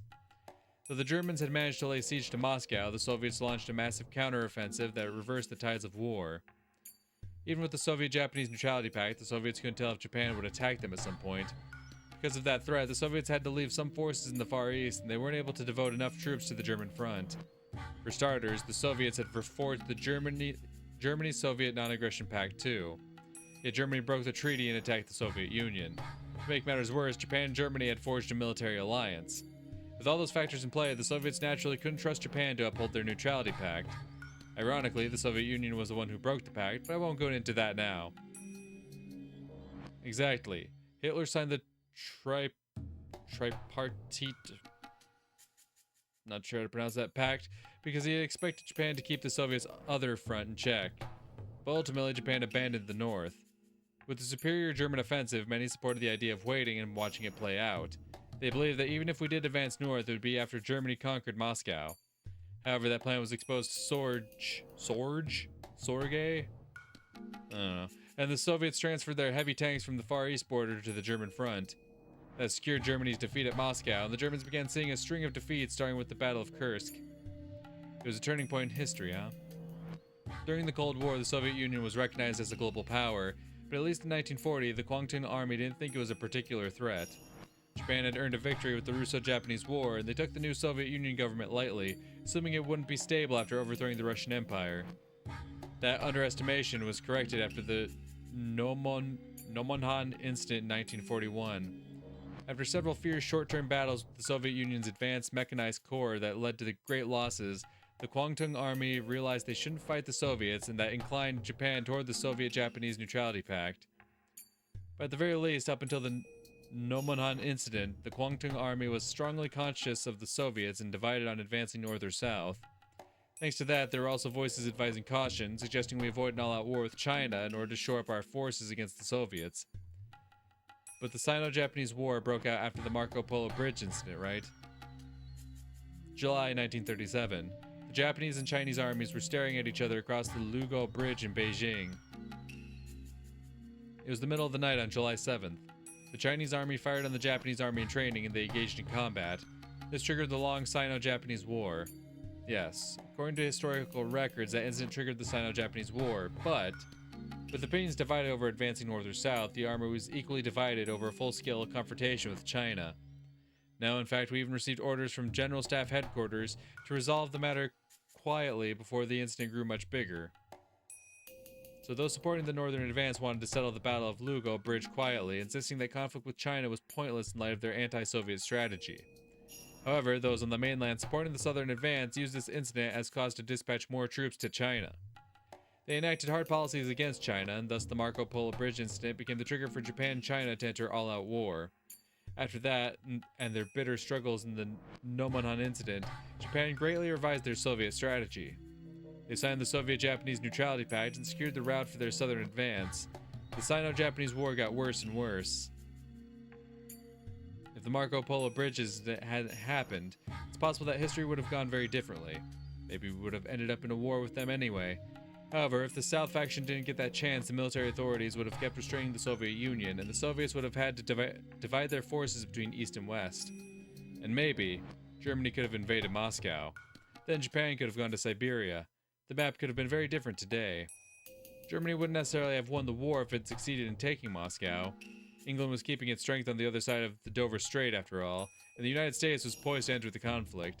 Besides, Napoleon once occupied Moscow, but in the end he couldn't beat their winter and had to withdraw. It is one of those ifs, huh? The Axis might have won the war. Yes, it's possible that the gunshot from the Marco Polo Bridge incident changed the tide of history. Both sides had different opinions of who fired the shot, right? According to the Japanese side, a Chinese soldier fired a shot at a Japanese soldier who got too close to the Chinese camp. However, the Chinese side claimed the shot was a conspiracy invented by the Japanese military. But the shot was fired. Even though nobody knew who actually pulled the trigger, it sparked the Sino-Japanese War. Yes, that's what the history books say. But Koizumi-sensei, what does that have to do with my grandfather? I was gonna say, like, I appreciate the history lesson, but is there a reason for it? In the Marco Polo Bridge incident, a shot was fired at a unit that was training in the middle of the night. Everyone was summoned for a roll call. They were missing one soldier. The soldier came back later, and it was said that he was sent as a messenger and got too close to the Chinese camp. By the way, did you know that soldier was from Hinamizawa? Eh? Really? When Takano-kun was talking about Hinamizawa syndrome, he said that soldiers from Hinamizawa could suddenly fall into a deranged state. And we realized that the soldier from the Marco Polo Bridge incident was in fact from Hinamizawa. Then what about the first shot fired? I don't know the truth, but I think it's possible that a soldier with the terminal stage of Hinamizawa syndrome fired the shot. That soldier was killed in the incident. Since there was no record of it, nobody knows exactly how he died. The Japanese side claimed that the Chinese army had fired at them and negotiated with that in mind. Just a scant few days after the incident, Japan demanded an apology from the Chinese, and as a show of force dispatched 3 divisions of reinforcements. The Chinese side was, of course, opposed to that. The situation escalated at once. If research into Hinamizawa syndrome continued, the higher-ups thought it would negatively influence the Japanese army's claims. So in order to avoid the risk of traversing that political gray zone, they rejected Takano-kun's research. そのためこの時代になってもなお祖父の研究が顧みられることがなく、そうだ。高野君にその気はなくとも、ひなみ沢症候群の研究が公になれば社会的な影響が強すぎて一般大衆に不要の混乱と疑念を与えることにもなりかねない。そう危惧した重鎮たちが今日に至るまで高野君の研究を黙殺するよう根回しをしておったのは、私も高野君に協力しないよう。Takano tried to remain calm, but she couldn't stop herself from grimacing. She had just found out the real reason why her grandfather's research had been ignored. It was because of secret maneuvers by political masterminds. Those masterminds feared it so much, ironically, that it meant they acknowledged the importance of his research. Takano was saddened and frustrated to no end by her grandfather's lonely life. だがそういう連中はもう当時を知る者は私しかおらん。もし今まだ高野君が生きていたなら。だが彼はもういだから私はみおちゃんに謝り、高野君にするはずだった協力を。よろしいのですか。私がひなみ沢症候群の研究をすることで。もう当時とは時代が。それにひなみ沢症候群の研究には単なる風土病では済まされないものが潜んでおる。研究によっては医学の名前がつくあらゆる学会がひっくり返るような。当時とはもう風向きが変わっ。そうだ。不幸にも高野君は風向きが変わるまで存命することができなかった。だが幸いみおちゃんという後継者に研究を託せた。だから私はこの命ある限り、私は高野君に協力を約束したのに、その償いを命ある限り。それが高野君が無二の親友と呼んでくれた私の。先生、本当にありがとうございます。いや、いい。私も死ぬ前に洗いざらいを話せ。とにかく私の目が黒いうちはみおちゃんの研究に一切の不自由。何かあったらいつでも頼りなさい。助力は惜しまないからの。Takano couldn't even imagine what kind of bond this old man and her grandfather had between them. Thanks to that bond, Takano was able to gain a powerful supporter. Tears welled up in Takano's eyes as she gave him an emotional look, but in her mind she was practically dancing at the promise of the old man's full support. The old man and Takano both bowed at the same time to show each other their appreciation. Once that was done, the old man became a little more serious. After that far too lengthy preamble, he finally said what he really wanted to tell her. そういうことだ。私が言いたいのは、つまりひなみ沢症候群には、それは日本社会すらもねじ曲げかねない。そこのところをよく肝に銘じて慎重に研究をしなさい。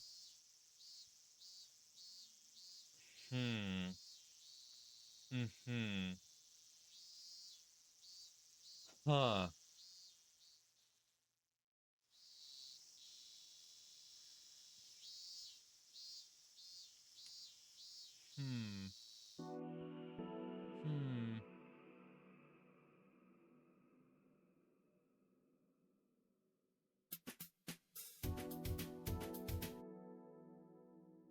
Interesting.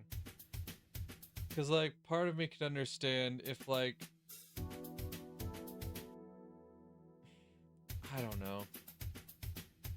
I just keep thinking back to, like, you know, this all ends with Takano is essentially doing something that completely throws away all the research that was ever done.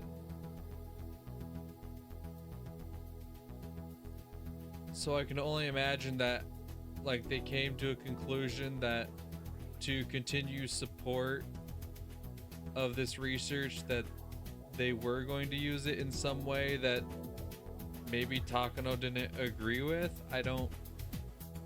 And so she essentially buried it to keep the wrong people from getting their hands on it. But also it seems like she doesn't really care about, like, the intentions of these, you know, higher up nationalistic type people. She just wants to continue the research.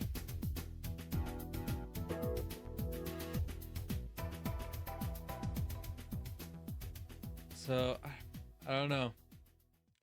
That's just what I'm incredibly stumped on. Like, I'm sure we'll get an answer eventually, but like, the more they keep giving us Takano's backstory, the more I'm like, then why the hell? Yo, you'd think with like getting some backstory on Takano, you'd be like, ah, so that's why she does it. But no, it's like the more they tell me, the more and more I'm confused. Like, then why the fuck is she doing what she does? I don't get it. After the proprietor finished serving the food, she bowed and left.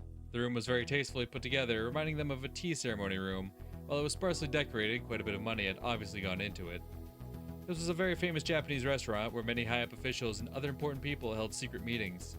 Takano was there, accompanied by about 5 gentlemen. She was sitting slightly further away from the men. They were very clearly in a much more important position than she was. One of the men, wearing an expensive double-breasted suit, told Takano not to be so nervous. 非常に興味深く読ませていただきました。このような研究が数十年にわたり眠り続けてきたとは。ああ、驚きです。旧日本軍が戦時中に行っていた BC 兵器の研究はほとんどが実らず、研究基礎もすべて米軍に接収され、何も残っていないと思っておりましたよ。この研究は軍上層部にもほとんど相手にされなかったと聞いております。なるほど。故に誰にも知られず、そしてその意味においてだけは本当に幸運でした。高野先生の研究を高野さんが引き継ぐとはこれも因縁ですかな。まるであなたの体を借りて個人が研究を完成させようとしている。本当にそうかも。私も奇妙な因縁を感じます。Takano adored Takano Hifumi, called him grandfather, but she hadn't revealed that relationship to others. She realized it wouldn't be beneficial for people to think she was involving personal feelings in her continuing Dr. Takano's research. So publicly, she once had exchanges with Takano Hifumi, and after his death discovered his research documents with his remains and chose to carry it on. At least, that's how the story went. それで、いかがでしょうか。いくつかの省庁がね、中川君が言うには、防衛庁の技術研究本部が強い関心を示してくれてね、研究のスポンサーを名乗り出てくれた。おお、それは朗報じゃない。おめでとう、高野さん。ありがとうございます。なんでも向こうが言うにはね、この中でアルファベットプロジェクトというのがあるらしい。高野さんはご存知ですかな？ There was no way she would know about something like that. But it was very possible for these nationalists to research something dangerous without citizens knowing about it. Society forms something like a web made of connections between people. People hold hands with other people who share the same ideas and end up knitting a net. Of course, some nets are well known, but there are some secret ones too. So there was no way of guessing just how the men at this meeting were connected. A society involving research into deterrent weapons for the next generation. The Alphabet Project. With those words, it was possible to imagine what that might entail. Deterrent weapons. That usually refers to nuclear technology. Weapons are normally used to destroy enemies. However, the general idea of deterrent weapons is very different. The assumption is that they won't actually be used against anyone. Nuclear weapons are largely used as a threat to prevent enemy invasion. Both the US and Soviets possess large stockpiles of nuclear arms and keeping each other in check. But they will never actually use them. Well, that's the hope anyway. Because if they did, there'd be a nuclear war and both countries would be destroyed. So they're like a legendary weapon you never draw. Of course, that last resort only works because both sides have nuclear weapons. If one side lacks them, then they lose all military negotiation power. In other words, nations without nukes are powerless before nuclear-armed states. That can't be true. Japan abandoned nukes and it still functions as a nation today. Or so some people may be thinking, but they're wrong. Japan abandoned nukes, but lies under the nuclear umbrella by allying itself with America. That means the nation functions thanks to America's nukes. However, that also means we must resign ourselves to forever being a vassal of America. In order for Japan to escape that and become a powerful nation equal to America, it must possess its own deterrence arms and step out of that nuclear umbrella. That society must have been put together by experts who believe in that ideal. Given that even the name Alphabet Project makes sense, nuclear weapons are weapons of mass destruction. However, weapons of mass destruction aren't always nuclear. They also include biological weapons and chemical weapons. Atomic, biological, chemical. The initials of these three words make up ABC. That's why weapons of mass destruction are sometimes called ABC weapons. I won't go into weapons of mass destruction that don't belong to those three categories. ABC, alphabet. In other words, Alphabet Project must be a code for research into weapons of mass destruction. As it happened, this guess of Takano's was correct. 本来は日本が核武装をするのが正しいのです。戦後、平和国家として確立し、多大な国際貢献を果たした我が国は常任理事国入りを果たし、核武装してこそ初めて一人前の国家として認められ、それこそが戦後日本100年の悲願。さようです。だが現実には核不拡散条約により核は大国だけが独占。また国内世論は核アレルギーに染まり、内外からの締め付けで実現を不可能にしております。生物化学兵器は別名貧者の核兵器とも呼ばれる。核を持てない小国はすでに熱心に研究を進めているという話です。高野さん、誤解しないでくださいよ。この度の研究は細菌兵器の保有が目的ではあり、同種の兵器が他国によって国内に持ち込まれる危険性について自衛のための研究であることを誤解しないようにお願いいたします。はい、存じております。Takano hated this Japanese tendency to make excuses, but she didn't let it show on her face. No matter what they said, they already saw the value in using this research towards biological weaponry. However, in truth, that was just an excuse as well. If they actually wanted to research biological weapons, then it would be much faster to research diseases like smallpox and anthrax instead of an unidentified disease like Hinamizawa syndrome. So it wasn't actually correct to say the defense agency was interested in it as a biological weapon. In other words, Takano needed a powerful sponsor who could back her up with funding, personnel, and a facility to conduct her research. So she used her connections and turned to the old men behind the government and economy, reaching out to each of them and getting them to forcibly pull funding out of the defense agency under the excuse of its application towards biological weaponry. That was the truth. Therefore, her project wasn't officially recognized by the defense agency. To be exact, the people who secretly controlled the defense agency were the ones who knew about it. These masterminds diverted funding from the defense agency to the Alphabet Project, and then they pushed for Takano's research to be part of it. Takano gets her funding, and the influencers get to drain public funds through kickbacks. Considering that, it was doubtful this project was genuinely about researching the next generation of deterrence arms. It was probably just an excuse for the masterminds to funnel money into their own pockets. Well, those complicated matters didn't matter to Takano. Whatever those old men and influencers were planning wasn't her business. Long as she could get the funding for her research, that was enough. Either way, Takano had found her sponsor. It was one of the biggest organizations around, too. This had always been her grandfather's dream. Takano was trying to stay calm, but she was about to jump up and down in excitement. 中川君としては今回の件十分に研究が進んだら丸ごと買い取って構わん。まだまだ未完の研究だが、その将来性については十分に理解できてるようだ。おっしゃる通りです。この研究はまだ道半ばで、十分な資金と施設。それでだ、ここからが交渉になるんだが、向こうとしてはこの研究丸ごと抱えてしまう。こう言っちゃ悪いんだが、君一人に任せるには荷が重いと考えてる。Hearing that put quite the damper on Takano's ecstasy. 私はお金が一人の研究者としての、私に必要なのは先方が求めるのは成果。そういう関係に期待したかったのですが。Takano realized she was talking rather breathlessly, so she tried to calm herself down. Either way, they'd be backing the research. Considering they're hoping for results that merit the budget, they probably feel that Takano is still too young to handle it. 分かってます。高野さんが今日まで積み上げてきた研究を横からかっさらわれたんじゃ。そこは私もよくわかる。もちろん向こうにもそれは伝えました。それで出てきた折衷案がまずアルファベットプロジェクト内の新理事会の承認を経れば正式に予算をつけることができ、高野さんには客員という形でプロジェクトに参加していただき、研究に携わるという形になります。If she wanted their funding, she'd have to fall under their authority, of course. So far, she had no た objections. だ、研究会は今回の研究に予算をつけるにあたり、一つは先ほど先生が申し上げたこの度の研究に関する分野で。お言葉を返すようですが、私以上にこの研究に詳しい人物。まあ、そこは高野さん、お気持ちはごもっとも。それでは、その人物に私が研究を売り渡すのと何も全く話が違います。落ち着きなさい、高野さん。 Those cunning old men didn't miss sight of the faint leak of anger that crossed Takano's expression. They gave evasive laughs as if remarking how immature she still was if she let her emotions show over such a little thing. However, they weren't laughing to look down on Takano.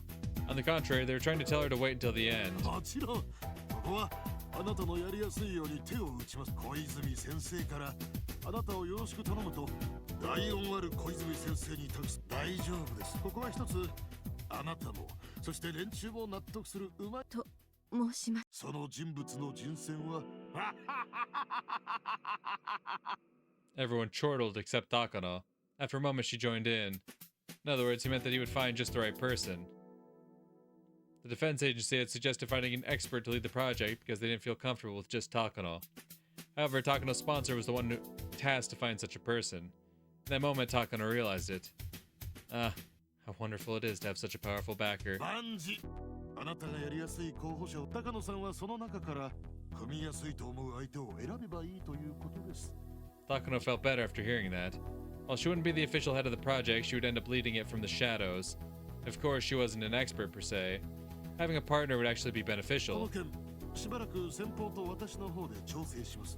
もちろん高野さんの満足のいく形で決着できるように。お世話になります。そうだそうだ。厚生省の永田君も一枚噛んで国立感染症予防研究所の伊藤君を紹介してくれてね。機材や技術についてのバックアップを名乗り出て。本当ですか。ありがとうございます。もうこれは立派。おめでとう高野さん。これも今日までのあなたとそして高野先生の地道な研究が評価された結果。いえ、すべて高野先生の努力。私などまだ何も。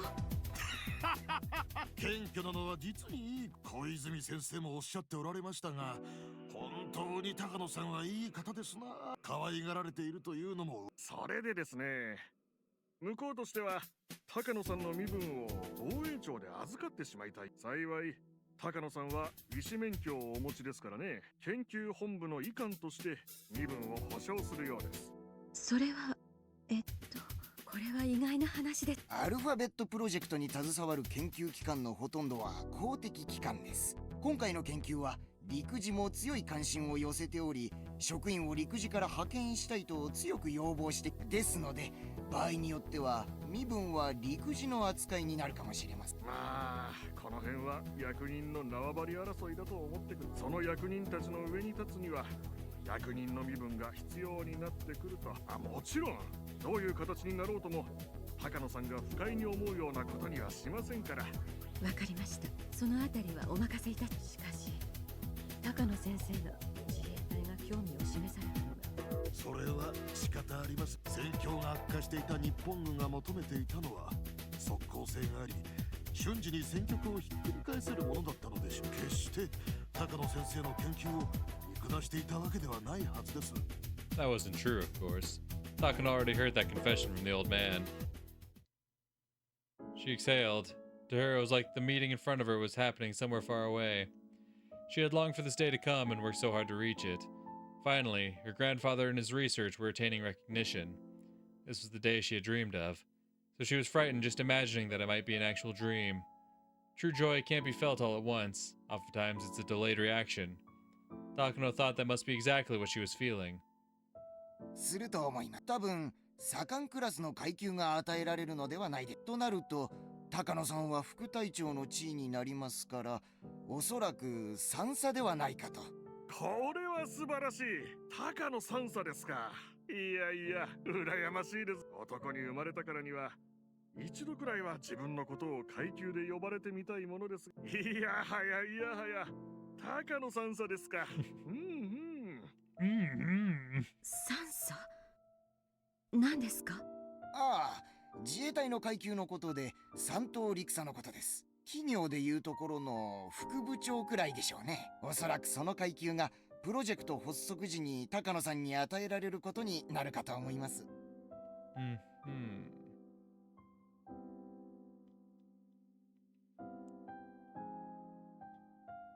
So what? So she's like a second in command is what they're saying, right? So then was the person who was at the head of it then Tomitake?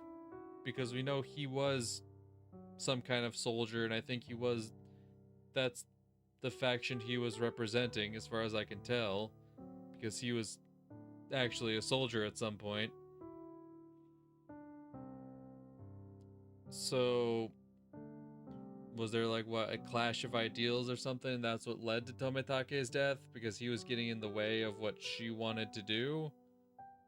So if there's no first in command, then it falls into the second command until they find a replacement.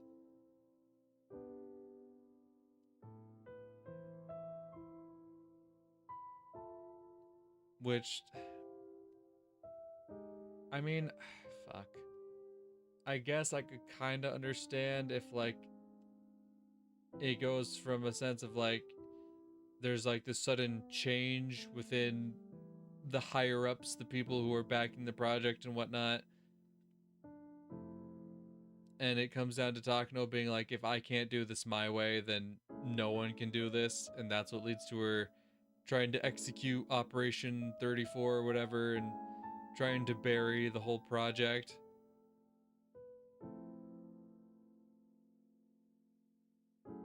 I mean, I guess. 旧日本軍でいうところの少佐ですよ。そういえば奇遇ですな。高野先生も旧軍では少佐の階級にあられたそうではありませんか。Takano remembered suddenly. They were right. Her grandfather had been a lieutenant commander in the Japanese military. Everything she had done until today was so that she could continue her grandfather's research. Everything had fallen into place. She had even been granted the same rank as her grandfather. She had always believed that succeeding his research would be proof that they had a bond tighter than blood. And now she would even be the same rank as him. This is fate, Takano thought. Maybe this is even a message from Grandpa. Yes, it must have been a shout of encouragement from heaven.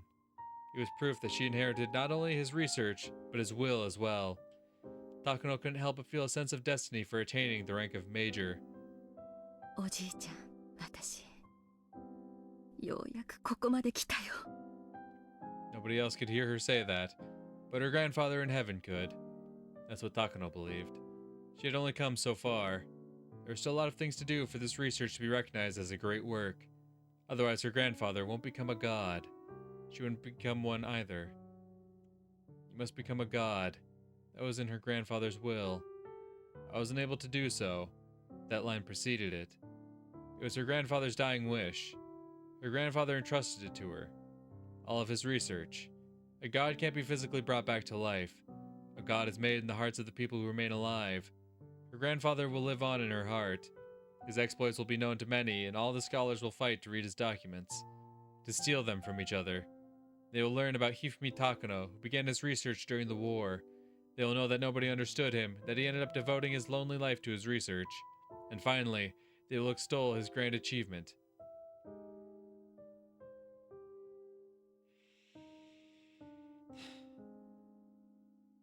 Once again, it comes back to, if you care so much about your grandfather's name finally getting the recognition it deserves,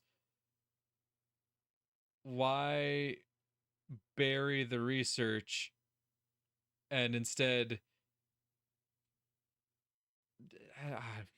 once again, I'm sure the story will explain it a bit more in depth at some point, but once again, it comes back to, you're giving me all this Takano backstory, and more I don't understand her motivations for how she tries to conclude her research.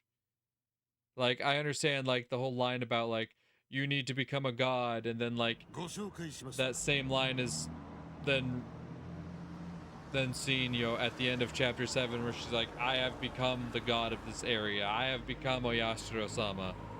And it's like, okay, sure, but that doesn't really benefit your grandfather's research in any way. Instead, you've done the exact opposite. You've attained your godhood, sure, but like, now your grandfather's research is essentially buried and hidden so that no one else can ever see it, which seems to be the exact opposite of the goal you wanted when you started this project. So very curious what that turning point was. Takano 三佐です。三佐、こちらは入江京介先生です。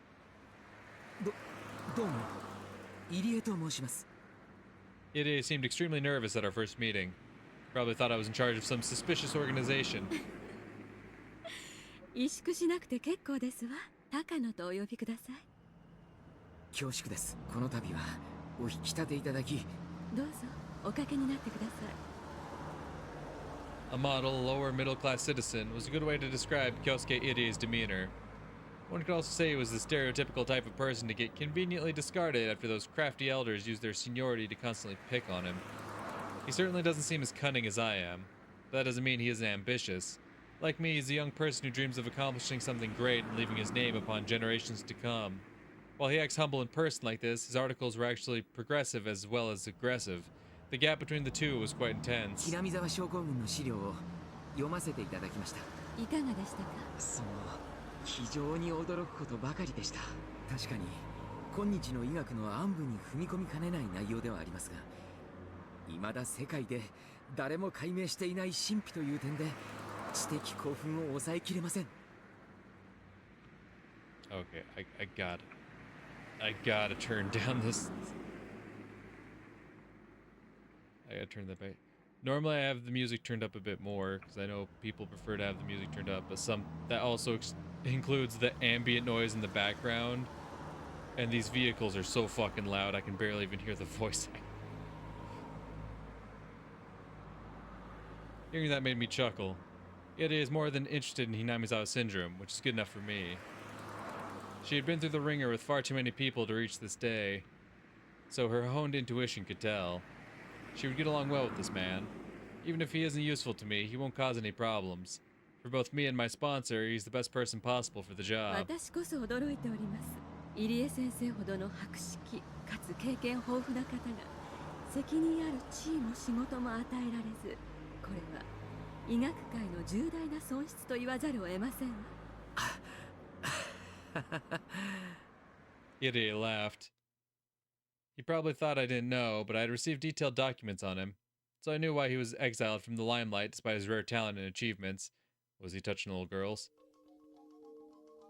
He displayed extraordinary skill while working under a neurosurgery expert, and everyone expected a bright future from him, but he was kicked out due to an ethical controversy. He touched little girls. Irie's pet theory was that the antisocial behavior of individuals could be explained by brain disorders. He believed that no one in this world was born a villain and that they were all just poor patients in need of treatment. He proposed that they were all proper and normal when born, yet as they matured, psychogenesis and various exogenous factors caused brain disorders that made them into villains. Therefore, what those evil people need isn't punishment, it is treatment. And if their diseases are treated, they'll become good citizens again. That manner of thinking actually fell in line with the Confucian belief of innate human goodness. According to this theory, humans are born with the capacity for altruism toward their kind, and it is only afterward that they learn and acquire cruelty. Irie believed that acquisition was the result of brain disorders. The human brain creates human thoughts. Therefore, if one becomes emotionally ill, that means their brain is ill. So if their brain gets treatment, they will recover emotionally too. That field was called psychosurgery. It's fallen out of practice in the current Heisei era, but the surgical techniques were applauded until mid-Showa, especially since it produced spectacular results on a chronic mental patient that was said to be incurable. The man who invented it even won a Nobel Prize. That was how revolutionary it was. Humans think, that's why they become ill. Everyone knows that's why those who overthink matters are prone to mental illness. When the organ that thinks and debates grows ill, humans deviate from social behavior. That part is called the frontal lobe. Put simply, psychosurgery is surgery performed to operate on the frontal lobe. This kind of surgery doesn't require removing the whole epicranium.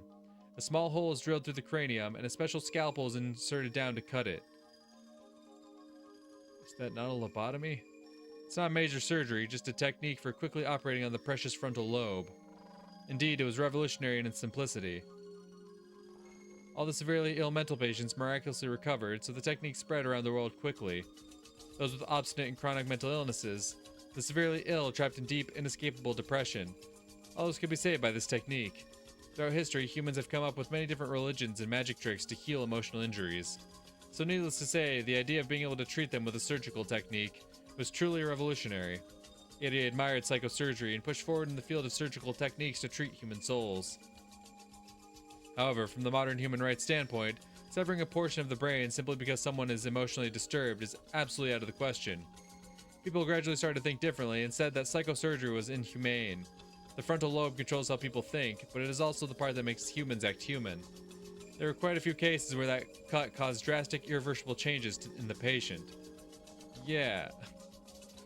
A baseless happiness born from lack of thought, a change in personality, a loss of interest in everything, major mood swings due to lack of control over one's emotions. Some even lost part of their memories. Of course, some didn't even survive the surgery. By the mid-1960s, use of psychosurgery declined. Also, due to the development of psychotropic medicine, the surgery was hardly performed anymore anyway. Yet some people still believed in the idea, continued to perform the surgery and gather clinical data. They wanted people to recognize the value of the technique once again. Some of these surgeries were performed without consent. One theory is that in Japan alone, there are thousands of people who woke up from general anesthesia, only to find that part of their brain had been removed. Today, to perform such a surgery without a patient's consent is considered totally unethical, but it was different at the time. For one thing, the idea that doctors required prior patient consent was proliferated in the modern Heisei area. Therefore, people at the time didn't think it was that big of an issue. It was only later that people started to argue that it was inhumane. Finally, a decision was reached and the curtain closed with the rejection of psychosurgery. Later, the Japanese Society of Psychology and Neurology passed a resolution to end psychosurgery. After that, psychosurgery was banned throughout Japan and made a forbidden subject of Japanese medicine. Irie was the leading person in the field of psychosurgery. He continued to advocate its effectiveness and results. Therefore, he was treated as a war criminal, practiced inhumane medicine, and he was exiled from the public eye. Okay, so Irie's whole thing was like, I think lobotomies are great. We need to invest more into lobotomies. Being lobotomized is a great treatment for people. And everyone's like, Jesus Christ, dude, stop. No. And he's like, no, guys. You guys just don't see it. Y'all are talking about ethicality and humanity and whatnot. It's like, no. Y'all are missing out on all the benefits that the lobotomy offers. However, that doesn't mean he changed his beliefs. He still believes that immoral behavior is caused by brain disorders, and the secret of treating them is in fact hidden in the brain. So the existence of Hinamizawa syndrome, caused by parasites living in the brain that control human emotions, actually affirms his theory.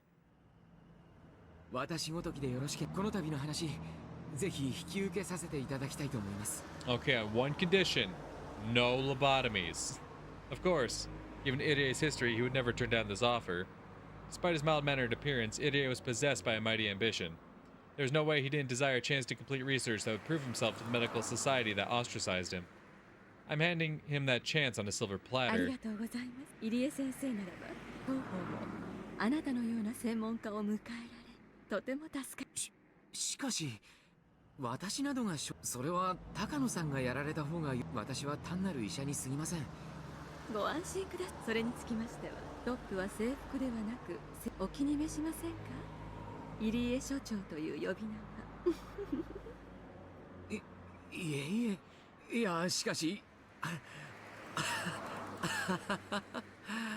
Irie laughed to hide his embarrassment. ひなみ沢に研究施設を建設中です。表向きは診療所ということになっています。入江先生にご快諾をいただけましたので、入江診療所という名前にいたしましょう。Alright. So they did all this just to stroke Homeboy's ego. Got it. 一国一城の主ともったいない話だ。あと、身分を陸自で預かることになりますので、私の上司ですので、二佐の階級になりますわね。入江二佐という呼び名はいかがでしょう。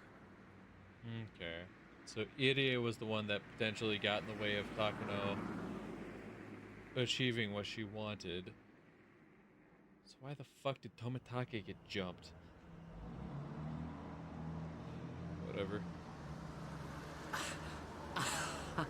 私は軍人じゃありません。ニサという呼び名は遠慮させていただきたいも。所長だって恐れ多いくらいです。いやいや。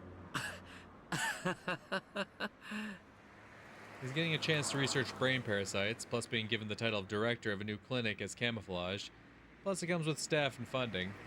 He'll even have support from the Defense Agency and the Ministry of Health and Welfare, as well as a research lab with state-of-the-art equipment. No wonder he's laughing so excitedly. However, there are some risks too. Since he'll be involved with this secret research, he has an obligation to keep it a secret. Also, he's going to an area plagued by a mysterious and bizarre disease. There's no guarantee he won't contract it himself. But Irie is too young to even think about those things. Aware of all the risks, he quickly signed the contract with the ambition to have people recognize his talent once again. When I saw him sign the contract, I finally relaxed. I knew he would agree to join us, but at the same time, I was afraid of the chance that he'd refuse. Selecting a director proved more difficult than expected, and the only candidate Takano paired well with was Irie. So if Irie refused to take the position, then frankly, he should be placed in an even worse situation. Now that Irie has agreed to take the position, research on Hinamizawa syndrome can finally begin. The research center, or rather the clinic, will be completed next spring. The Ministry of Health and Welfare and the Defense Agency will send the best equipment and staff, plus an abundant supply of funds. Then, finally, our research will begin in earnest. Everything is going well. Of course it is. I've put so much effort into making sure things went smoothly up to this point. 以上です。就任おめでとうございます。さあさあ、宣誓書へのサインをありがとう。これからよろしくお願い。入江省長。こちらこそよろしくお願いします。高野さん、仲良くやりましょう。私も全身全霊をかけて頑張り。こちらこそお互い最善を尽くしましょう。Now the position of director has been filled, everything is set.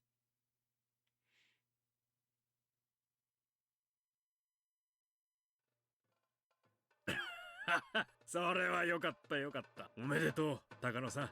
え、高野さんさでしたかなOh. Why are you bringing in the bongos? これもすべて先生方のお力添えがあったからこそです。高野美代、皆さん。まあまあ。高野さんに本当の意味でおめでとうが言えるのは研究が成功に終わった時ですな。ようやく入り口にたどり着いたに過ぎませんよ。おっしゃる通りです。寝る間を惜しんで研究に身を投じていく覚悟です。高野先生が成し遂げられなかったさらにその先へ至られることを私ども一度楽しみにいたしておりますぞ。まあまあ先生、今日はそういう堅苦しい話は抜きにしましょう。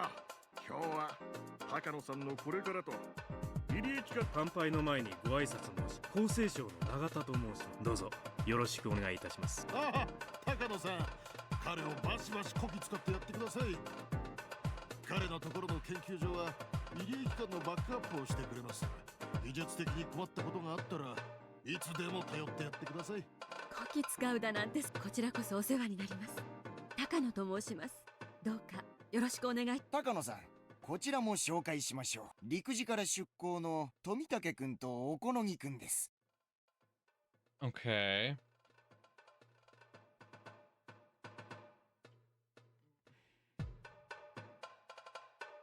So Tomitake and Okonogi both come from the SDF. But Okonogi becomes like her private lapdog, and I guess somehow Tomitake gets in the way of what she's trying to achieve. 陸自側からのバックアップをします。ぜひご挨拶させてください。はじめまして、富武と申します。この度のプロジェクトの監査役を仰せつかりました。どうかよろしくお願いいたします。The funding for our research is largely coming from the SDF. It's only natural for the SDF to assign a watchdog to make sure reasonable research is taking place. Uh-huh. However, someone in a position like that should be my opponent. Why was someone in that position invited to this private party? Does that mean this auditor is on my side too? Seeing that thorough groundwork, I couldn't help but feel the strength of having a sponsor all over again. 私は直接はひなみ沢に赴きませんが。あら、そう、ひなみ沢は空気も良くて、ぜひ仕事以外でも気軽に遊びにいらしてくださいね。ありがとうございます。そうさせていただきます。If he really is an auditor, I should maintain a good relationship with this man. He'll hold the key to all future adjustments of our funding so long as we continue drawing it from the SDF. おこのぎと申します。よろしくお願いいたします。彼は不正規船部隊の一つ、山犬の隊長です。ひなみ沢に常駐し、三佐を直接サポートします。ボディーガードみたいなもの。要人護衛、機密保持が主な任務です。三佐の直接の手足となりますので、どうかこき使ってやってください。よろしくお願いします。Tomitake seems to be an honest type for a military man, but this Okonogi person looks the complete opposite. Yeah? His main job is to preserve secrets, but I bet he's also good with espionage tactics like counterintelligence and information control. Yes, that would explain his demeanor. Since the SDF is funding our research on Hinamizawa syndrome, of course this is considered a military operation. Therefore, this research has to be done in secret. That's why a unit like this is necessary. Besides, it's very reassuring to have someone capable of combat working under me. I should maintain a good relationship with him too. さあさあさあ挨拶はこれくらいにして早くささ飛武君も足を崩して今日は入り駅間の前途を祝してブレイコーで参りましょう While this is supposed to celebrate the establishment of the Irie Institute, Irie himself isn't here. That is his job after all. Irie is simply a puppet to fill a seat. Of course, I expect him to help me a little with his expertise, but he's ultimately an outsider. This was supposed to be a gathering where I would show my appreciation to those who helped me establish the Irie Institute. It has turned into them thanking me for all my efforts. I'm always the one to pour alcohol for others, but today people are pouring alcohol in my glass. The new participants were trying to make me happy, and all the top people talked to me casually. They all praised my hard work and my efforts. My research is now recognized by many institutions, and I'm ready to spread my wings open wide. All the people who are expecting some returns once the research accomplishes something are trying to curry favor with me. But right now, I'm just very grateful, regardless of their motives. それでは入り駅間の設立と高野美代君の今後ますますの発展を祈願して乾杯に移りたいと思います先生温度をお願いいたします It's like a dream. I know. This is just the beginning, and I shouldn't be satisfied with this alone. But just for today, I can forget about everything else and enjoy this celebration. I'm not a heavy drinker, but the drinks taste good tonight, and the more I drink, the happier I get. Huh, this really is wonderful. To be called Major by Tomitake and the others is wonderful too. That's the rank my grandfather had during the war. That means I finally caught up with my grandfather. This is only the beginning. From here on, I intend to reach what my grandfather couldn't. This is the best night of my life. Bongos. I ended up leaving to fix my makeup. I'm filled with elation. Need to feel fresh air to calm myself down. My heart is about to explode because I'm so happy. The gathering is taking place at a little distance away from the main building. The restroom is in the main building, so I need to walk across the hallway. A beautiful and well-maintained Japanese garden is visible from the hallway. It's raining. I usually don't like rain, but I don't mind it at all today. I feel like even the raindrops are congratulating me. Cool air feels pleasant on my hot skin. It took me a moment to notice how unsteady my footsteps had become. Maybe I drank a little too much. It isn't like me to drink more than I can handle. Although this is a party, I don't want to embarrass myself, so I decided to cool off a little by looking at the beautiful Japanese garden. I found an elegant chair set on a red carpet nearby and sat down on it. Since I was with the associates until now, I was forced to constantly be on guard against embarrassing myself. But now that I was alone, I could let go and truly relax. When I look up to the sky, I realize it's still raining hard, but in the distance, the horizon is a little lighter. Maybe it won't be raining for much longer. Well, that's normal. Rain stops eventually. No matter how cold it is or how hard it's raining, rain stops eventually. I saw a pair of sandals and an umbrella, almost inviting me, so I took them into the garden. The tasteless laughter coming from the party sounds far away. I tilted the umbrella and looked up to the sky. I felt the raindrops hit my face, and gazed up at the sky for a while, forgetting all about my hair getting wet.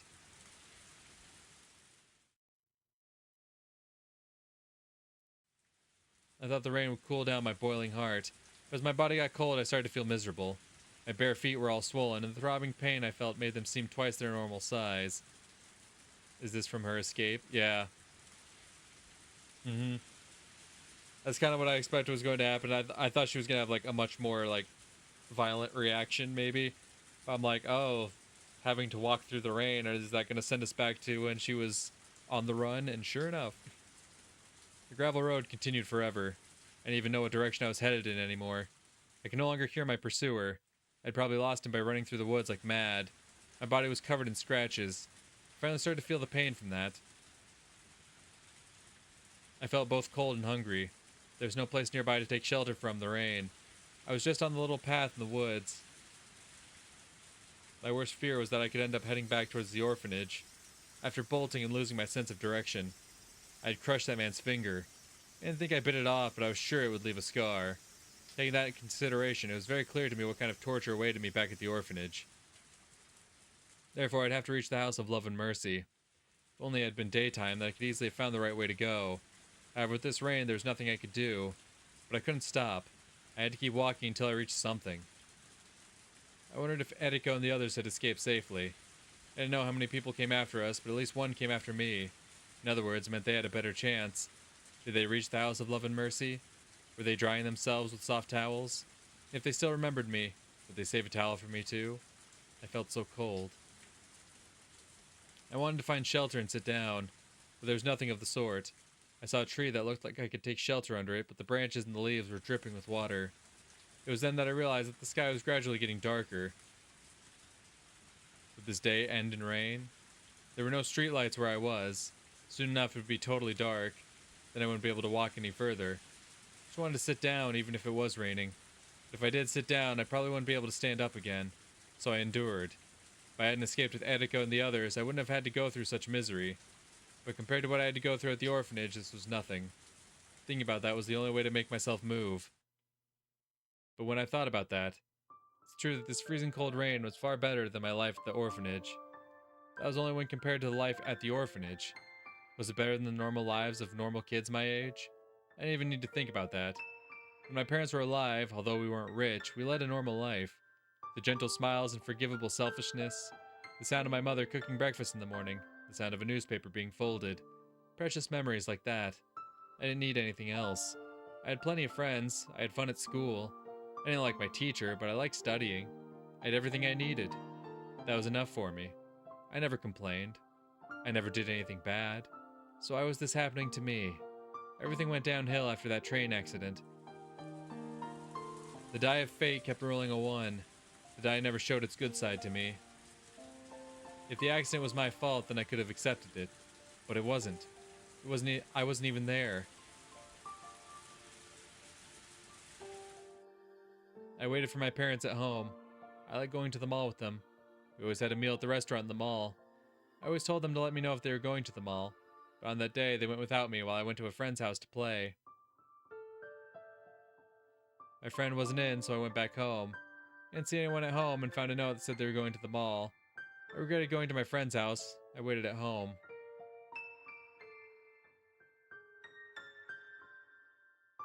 They didn't come home. They were still gone by dinner time. I was getting hungry and got angry with my parents for leaving me. Thought they were having dinner at the mall restaurant without me. If I hadn't gone to my friend's house, I'd be eating dinner at the restaurant too. I loved the little flags that came with the kids' meals. I was collecting those flags. Yes, I was. I was trying to collect 20 of them, thinking that once I collected 20, something wonderful would happen. But I couldn't collect 20 of them. I only needed one more. If I had one more, maybe the accident wouldn't have happened. Very sad memory of a flag from a kid's meal. Kept waiting for my parents to come home from the mall. I was hungry, so I started to eat some dried fish. If I ate too much, my mother would find out, so I was careful not to gorge myself. Then the phone rang. I assumed it was from my parents. I answered the phone in an angry manner, but it wasn't them at all. What happened to the house? We had rented it, so maybe somebody else had already moved in. What happened to my room? What about my desk and all the flags that were in the right middle drawer? It wasn't my house anymore. Where was I supposed to go?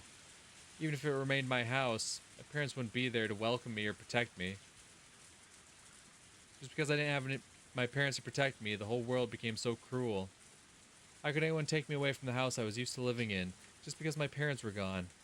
Why didn't they just leave me alone? They asked me many things. They tried to confirm many things. How could I have understood any of the forms they gave me? I was asked a yes or no question. I had no choice but to answer yes. Before I knew it, I ended up at the orphanage. It was beyond heartless. I didn't do anything wrong. I was just a little girl. I had to sign so many papers. But why this? The warm and gentle world ended suddenly without advance notice. I was thrown into the cruel and merciless world alone. Was this the real world? Did I have any allies at all? Just because my parents died and I didn't have any relatives, the world had become so sad. When is the die going to come up with a 6 instead of a 1 to make up for the continuous series of the latter?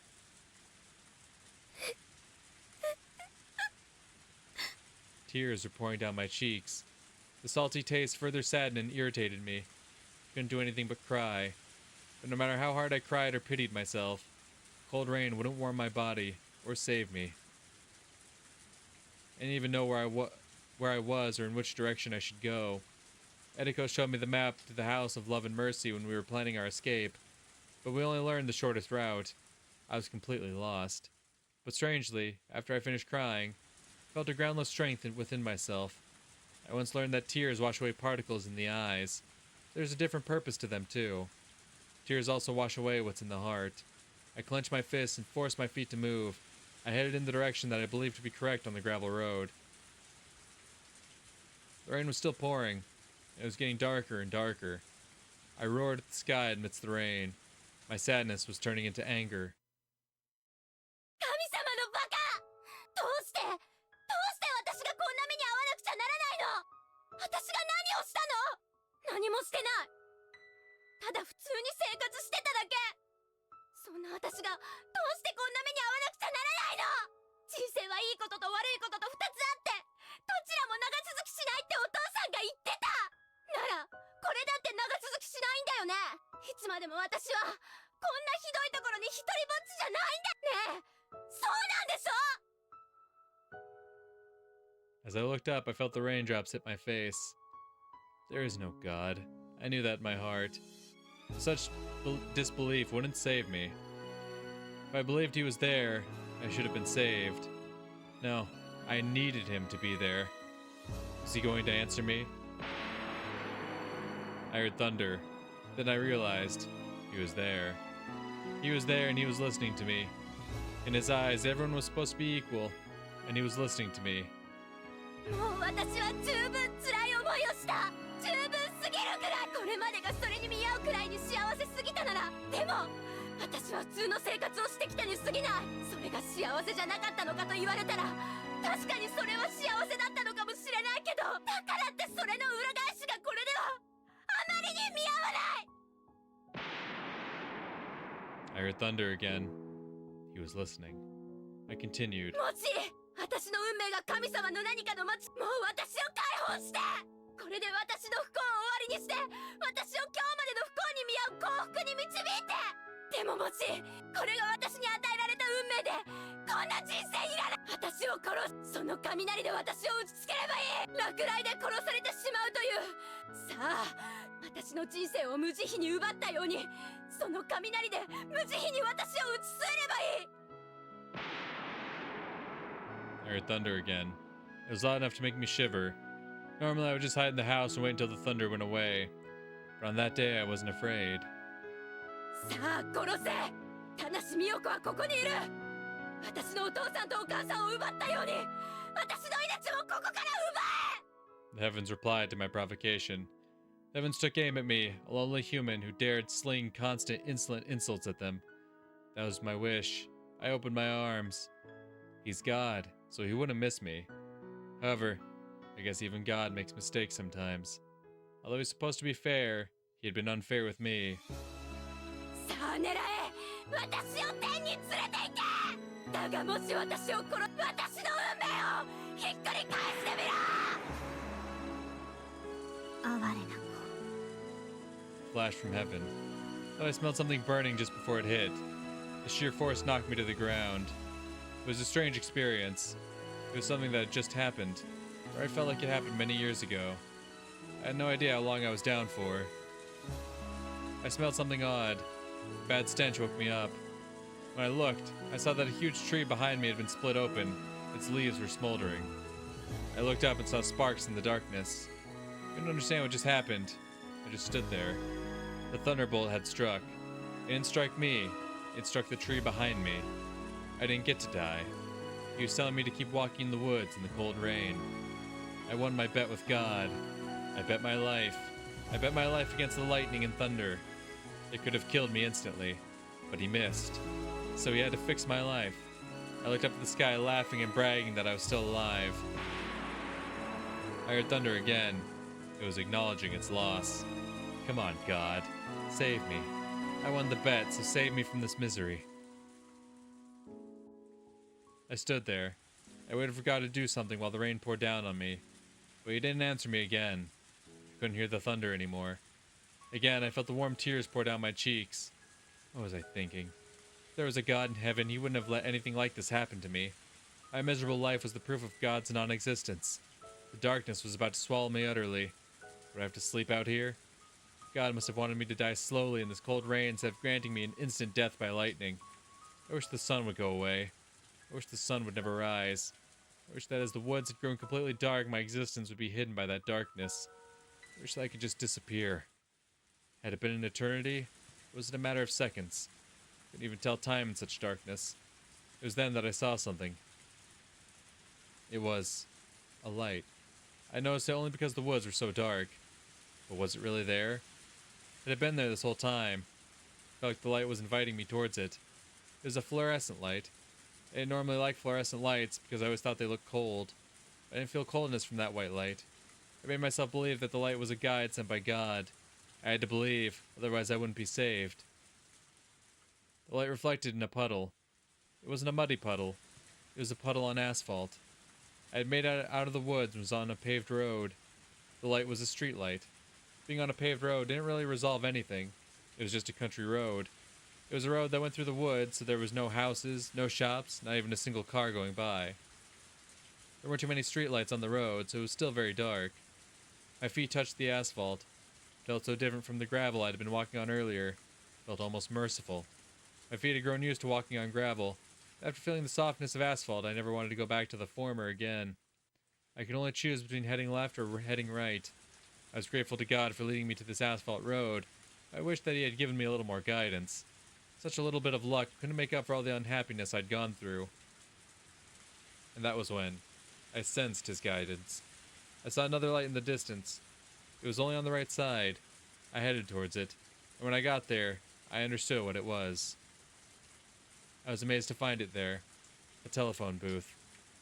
Who would actually make a call in the middle of nowhere? A telephone booth in the countryside was rather unusual. There were plenty of red public phones all over, but I always thought telephone booths only existed in big cities.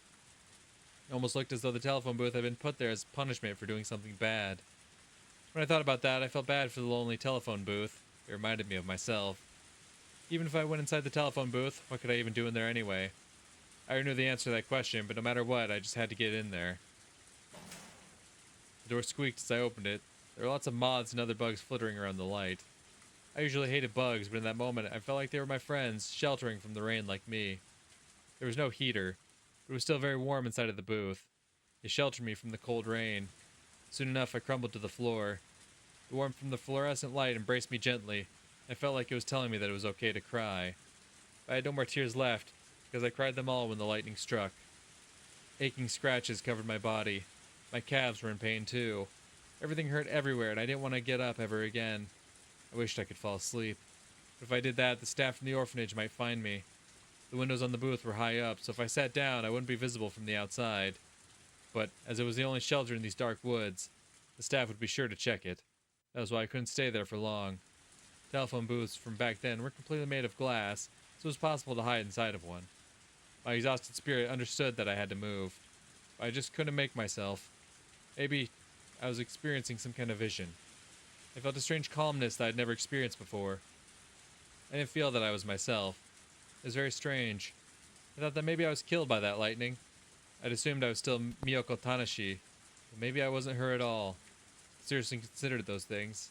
I started to think that the telephone booth had something to do with it, because God led me there. He couldn't have done so just because it was providing shelter from the rain. There had to be something else.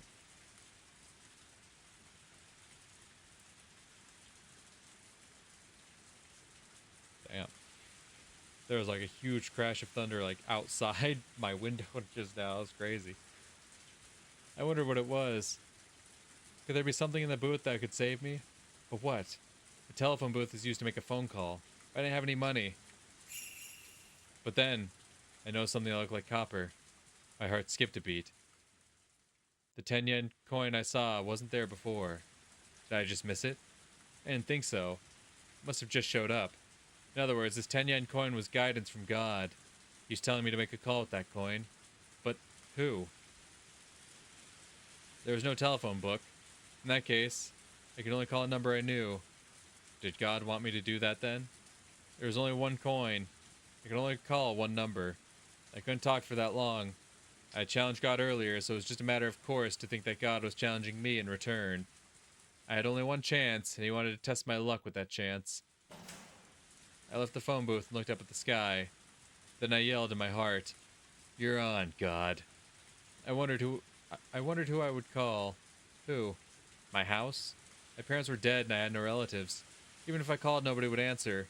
Actually, the phone bill wouldn't have been paid for a long time, so the phone line would already be disconnected. My house was my lost life itself. No, the debris of my life. Calling home would simply be an expression of regret, which ran counter to the positive attitude of one trying to change their life. So surely using the coin to call my house was wrong, which meant I had to cast this 10 yen coin towards my future. Future. My future? What future, anyway? Then I heard a huge thunderclap, which cleared my mind. In that clear state of mind, I saw something from the past. It was the last sight of my father. His final moments on the hospital bed. Though suffering from pain, he tried to tell me something very important. もしもな、高野先生、高野、言ってみなさい。高野。そうだ、高野。ひふみ先生だよ。高野先生はお父さんの恩師なんだ。きっとお前を助ける。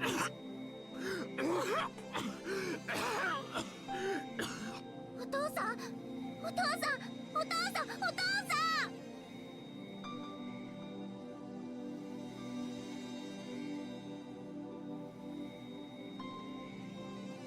Oh. So a sudden thunderclap and you're like, oh, yep, I do remember the phone number. That's right. It was the phone number. He knew nobody would take me in because we had no relatives. He told me to get in touch with him. Dr. Hifumi Takano. He tried to tell me his phone number. Ugh, what had I done? He tried so hard, using his last chance to tell me the most important thing. The thunder from earlier had made me remember it. The number I couldn't remember even once came out so smoothly. I dialed it in. This really was it. This was the number from my father's teacher, Dr. Takano. My hand stopped just as I tried to put the coin in. What if I hadn't remembered it correctly? No, there's no need to hesitate. I had to believe in myself. This had to be the correct number. I had to dial it before I forgot it again. Picked up the phone and put the coin in. I heard the dial tone from the other end. At that point, I decided to kill myself if it didn't work. I could go back into the woods and wait for another lightning bolt. I could lie down and let the rainwater drown me too. I could also fall asleep in the middle of the road and wait for a car to run me over. I made up my mind and put the coin in. I didn't hesitate any longer. I dialed the number at once, but I had to be careful. If you dial quickly, sometimes you can make mistakes. I was getting irritated and that almost made the phone number go vague in my head. I dialed the last digit and heard some electronic sounds on the other end. I hoped that I dialed the correct number. I didn't know what to say to Dr. Takano if it did connect. Where was I? What was I supposed to do? What was I supposed to ask him? I didn't know any of those things. Making a call isn't cheap. 1 10-yen coin would only buy me a short time to talk. The line must have connected then. I heard a ringtone. I only had a short time when someone answered the phone. I thought for a moment that I should put the phone down. Then I could at least get the coin back. I could call back after sorting out my thoughts. But then someone answered. もしもし、高野です。 I felt like I was suffocating. My memory had been correct. I couldn't tell the age of the speaker, but it was a grown man's voice. Anyone who was my father's teacher must have been quite old. Never mind that. I had to hurry and say something. Hurry, hurry. 高野先生、高野ひふみ先生。ん？そうですが、どちら様ですか? He must have been suspicious. I couldn't blame him. The stranger was asking him about his name. Of course he'd get suspicious. ごめんなさい。私、田無美代子と。田無、はい。私の父は田無竹光と言い。田無。ああ、田無。ああ。 His voice suddenly changed. Dr. Takano had remembered his old student. 私、お父さんに。田無君に何かあったんですか? Ah, not good. He's going to run out of time. お父さんとお母さんが、それで。田無君がそうです。二人ともそれは田無君は私が大学で講師をしていた時何事にも結婚式に呼んでもらった時にあったのが最後だったような気がします。 Obviously he didn't know I was born, but he remembered my father. That was truly a stroke of luck. それで田無君。I was only told to call Dr. Takano. How could I tell him that? My time was running out. I felt more and more anxious by the minute. Phone calls are disconnected without notice. Somehow I sensed it. I only had enough time left for one sentence. So I decided to say one sentence filled with all my hope. The phone call got disconnected. Maybe he only heard part of what I said. I could only hope he was able to sense my despair. Couldn't hear anything from the receiver anymore. I actually talked to Dr. Takano. I confirmed that Dr. Takano existed. He existed, and he remembered my father. If he grieved over his student's death, he would come visit my house. He would find out I was sent to an orphanage, then he would come get me. That's when tears flowed down my cheeks again. I thought that my life was hopeless.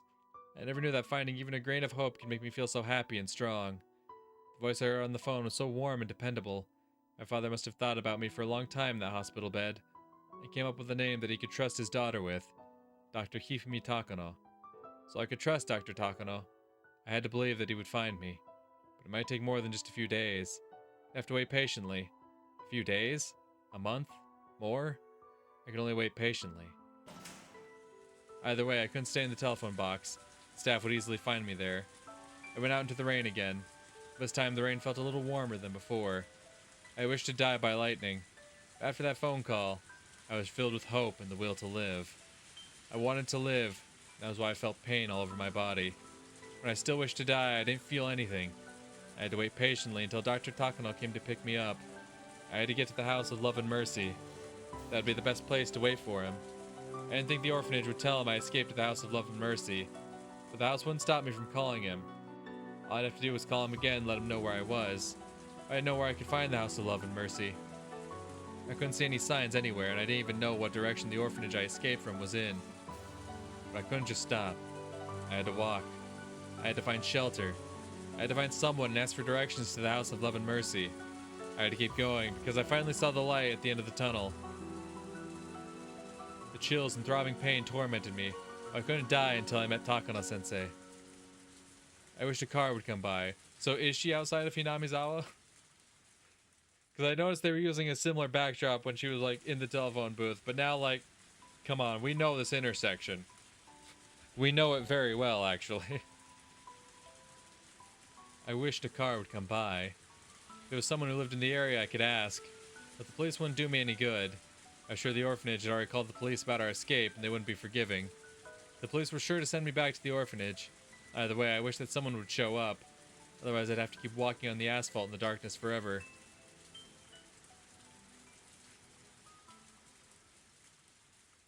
How long did I walk? Still no car. Just as I couldn't help but think that maybe the world perished, leaving only me behind, a car showed up. I sensed the car coming up behind me, so I turned around, saw their headlights approaching me. I thought for a moment, should I stand in the middle of the street to stop the car? It was so dark. I didn't think the car would notice if I just waved at it. If I were to stand in the middle of the street, I could get run over. While I thought, the car was getting closer and closer. When I made the phone call, I panicked and didn't know what to say. So with this car, I'd have to think very carefully. If I were going to think of anything, then I should just let the car go. Those thoughts vaguely in my mind, I was incredibly surprised when the car slammed the brakes with a screech and came to a stop. Maybe I wasn't all there after the miraculous experience of lightning striking near me. I had half lost my mind in those dark woods, so I probably wasn't thinking very straight. Because the car had stopped after recognizing me. In other words, the driver knew who I was. And the only people in the area who would recognize me were... Suddenly a chill ran through my whole body. I started to dash away. I heard a voice calling after me. I no longer had the strength to run. My feet were trembling and I couldn't make them cooperate. I realized then that I shouldn't have sat down in the telephone booth. That was why I couldn't keep running. I was suddenly grabbed from behind, the collar of my clothes almost choking me. I heard fabric being ripped. I fell in a puddle and a staff member got on top of me. This time his finger wasn't in my mouth. All I could do was struggle. As I did so, I remembered all the scary stories Eriko and the others told me. All the torture the child who was caught had to endure. The drowned ducky punishment, the mashed caterpillar punishment, and the splayed piggy punishment. The names of those eerie-sounding punishments came to mind. I screamed and struggled with all my might, but it was too late. I was shoved into the back seat of the car. Why couldn't they just let me go? Simple. They didn't want me talking about them to anybody. The staff were yelling and screaming while chasing me, but once we were in the car, they were silent. It was like the Grim Reaper had come to get me. Whether I liked it or not, I had come to terms with the fact that my luck had run out. But I had called Takano-sensei, so I knew he would come to get me. I didn't know when that would be. I knew it would happen someday. So I wanted to live. I would be saved if I lived. Couldn't even imagine the kind of punishment that was waiting for me. But even so, I said to myself, I have to live. I'd already found the light at the end of the tunnel. All I had to do was endure until I reached it. The car stopped. We had arrived at the front gate of the orphanage. Two staff members grabbed my shoulders so I wouldn't run. My shoulders were very skinny, so it hurt a lot. I was scared. Scared of what I would have to go through. We went through the door and I was finally sheltered from the rain. In a way, I wasn't sheltered at all, though. It was in the middle of the night, and long past time to turn all the lights off. The orphanage should have been quiet. But I heard a noise.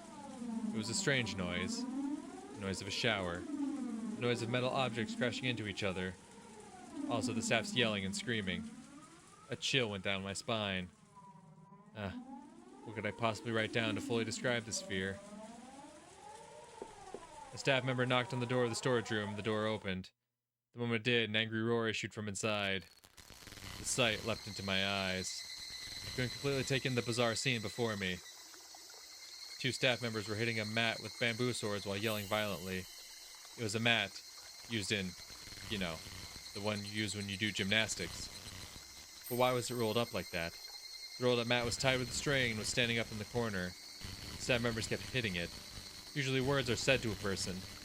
Why are they yelling at a rolled up mat? The way they're hitting and yelling at it as if they'd gone mad. Wait, I could see something sticking out of the top of the rolled up mat. It was, let me see, whose shoes were those? Is it Eriko, the gang leader? All of a sudden I froze and couldn't think anymore. One man stood in front of me. The man's pinky finger was wrapped in bandages. My eyes moved upwards from his pinky finger and met with his. The beast's eyes met mine, peering with intent to devour me.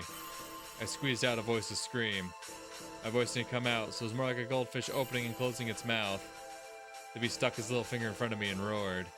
I couldn't tell if it was a word or a meaningless shriek, but I was certain it was something abusive. I was scared. I didn't want to die. I wanted to live. I knew that Dr. Takano would show up to save me. That's why I had to live and submit myself to the fear.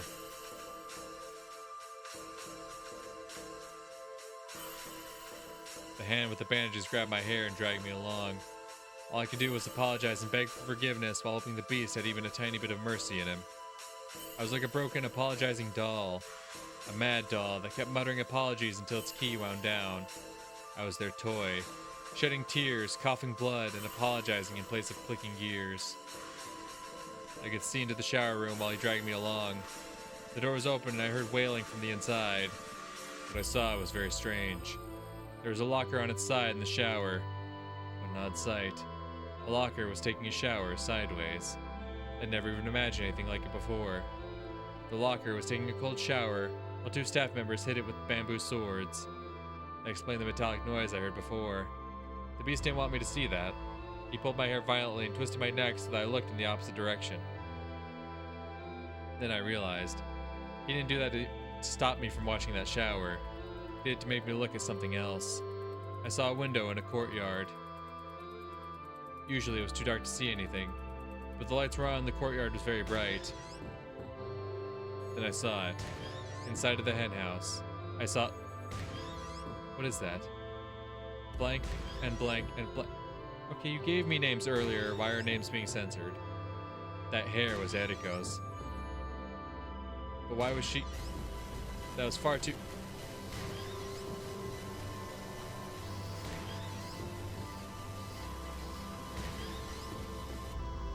I don't want to die. I know Dr. Takano's coming to save me. I know he's coming. I was taken to the staff bathroom. It stunk of ammonia. I saw which just doesn't fit in a bathroom. Why was this in the bathroom, I thought? He's not playing me with it, is he? No way. No, no, no.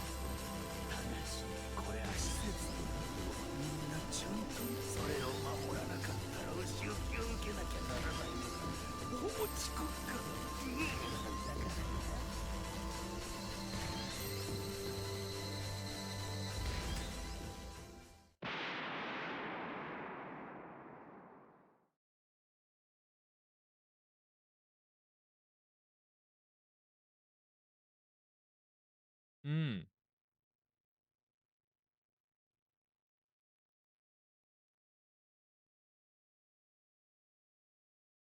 Hmm. Interesting. Okay.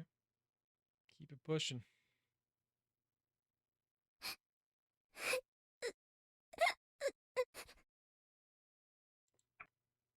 I am going to save real quick, though, because there is a lot of thunder outside right now. Just in case I happen to lose power, I don't want to redo the last 3 hours.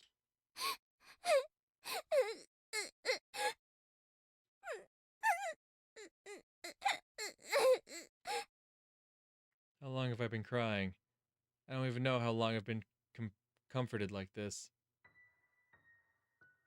My grandfather's hand is on my cheek to comfort me. I'm holding his hand lovingly and pressing my cheek against 落 it. ち着いたか。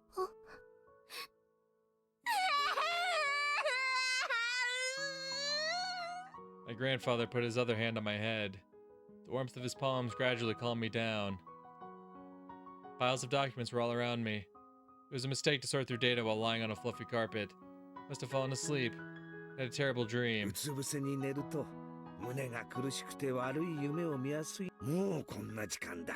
美代子は部屋に帰って寝なさい。全然いねもうすぐで終わる。だから終わらせちゃうね。明日ももう寝ないとまた先生にあくびを怒られてしまうよ。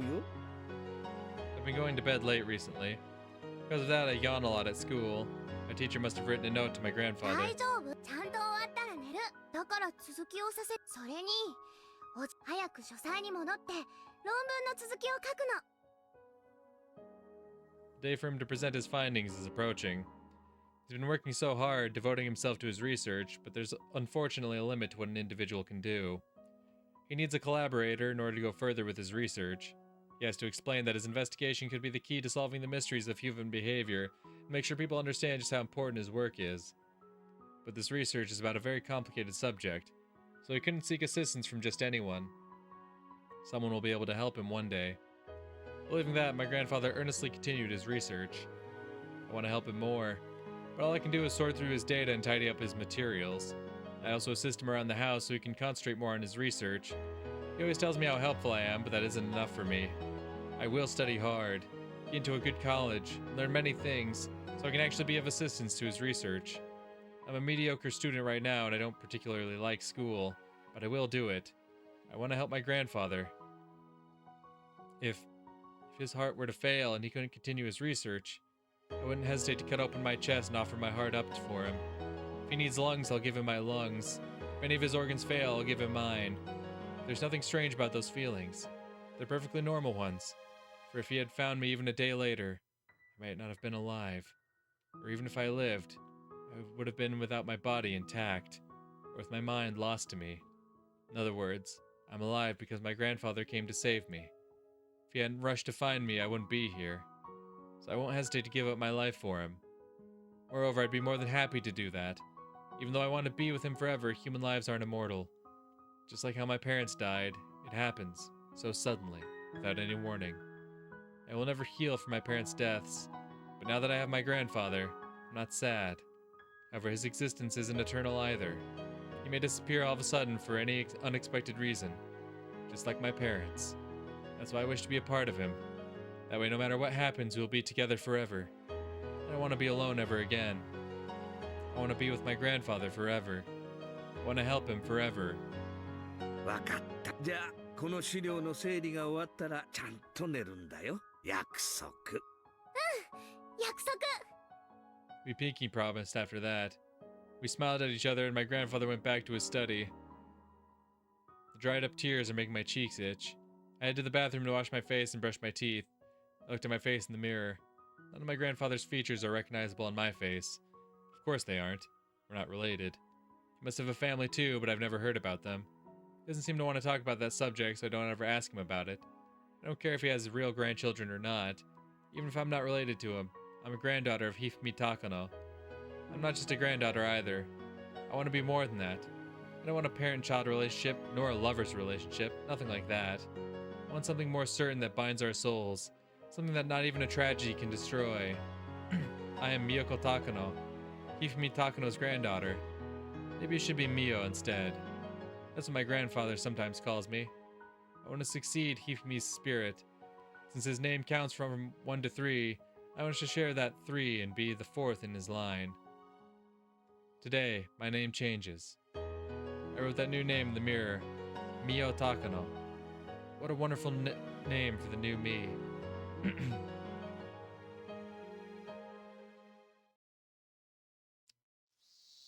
Okay. 大佐殿 So once again, I clearly understand Takano's devotion to completing this guy's research. But once again, not to sound like a broken record, it makes it even more wild that she chose to just bury his research. Whatever. ご無沙汰いたしており高野くんだからもう大差はなしだよな暮れに具合を悪くしたと聞いてからでも元気そうで何より My grandfather always told me he doesn't have any friends. He used to tell me everyone died in the war. That's not true. He has one very close friend. This is him. He's an elderly man my grandfather calls Colonel Koizumi. I don't know exactly where they met. Every time they get together, all they talk about is the military and the war. So I guess that's where they met. ミオちゃんも大きくなったね今身長は何センチくらいになったこの間身体2センチ伸びました。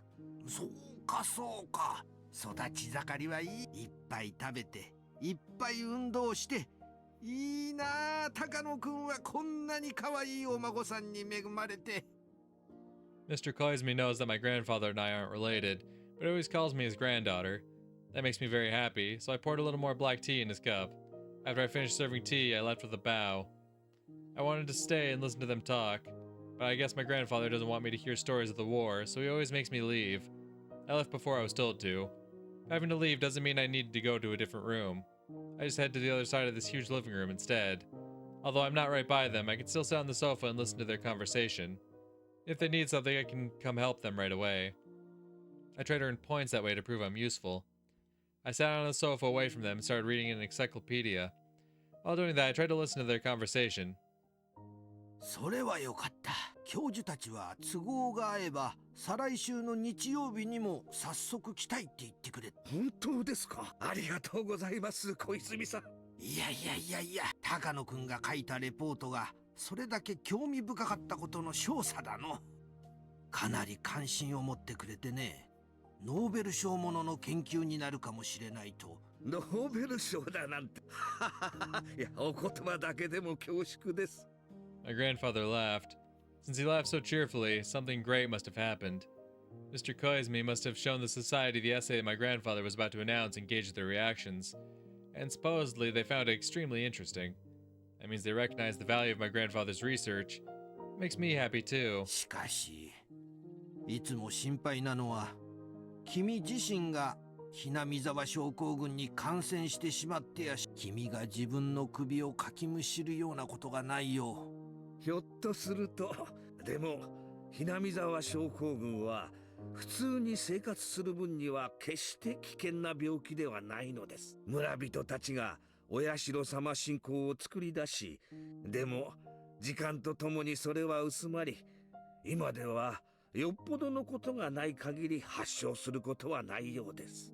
あれだけの発症、ひなみ沢症候群の発症には普通に心穏やかに生活している分には戦争という異常な状況下でそうですなに恐れることなどないのですよ初期の自覚症状はうつ状態に似た疑心暗鬼それを自覚したら高野式呼吸法などにより心身のリラックスを図りかつ9時間以上の睡眠を一週これで発症など未然に防実際私の指導下にあったひなみ沢出身兵士は一人も開始しませんでしたぞ As he talks, grandfather started demonstrating the Takano breathing method and a bizarre exercise technique. According to him, this technique relaxes the body and lets blood and lymphatic fluid flow smoothly. As a result, you relax emotionally too.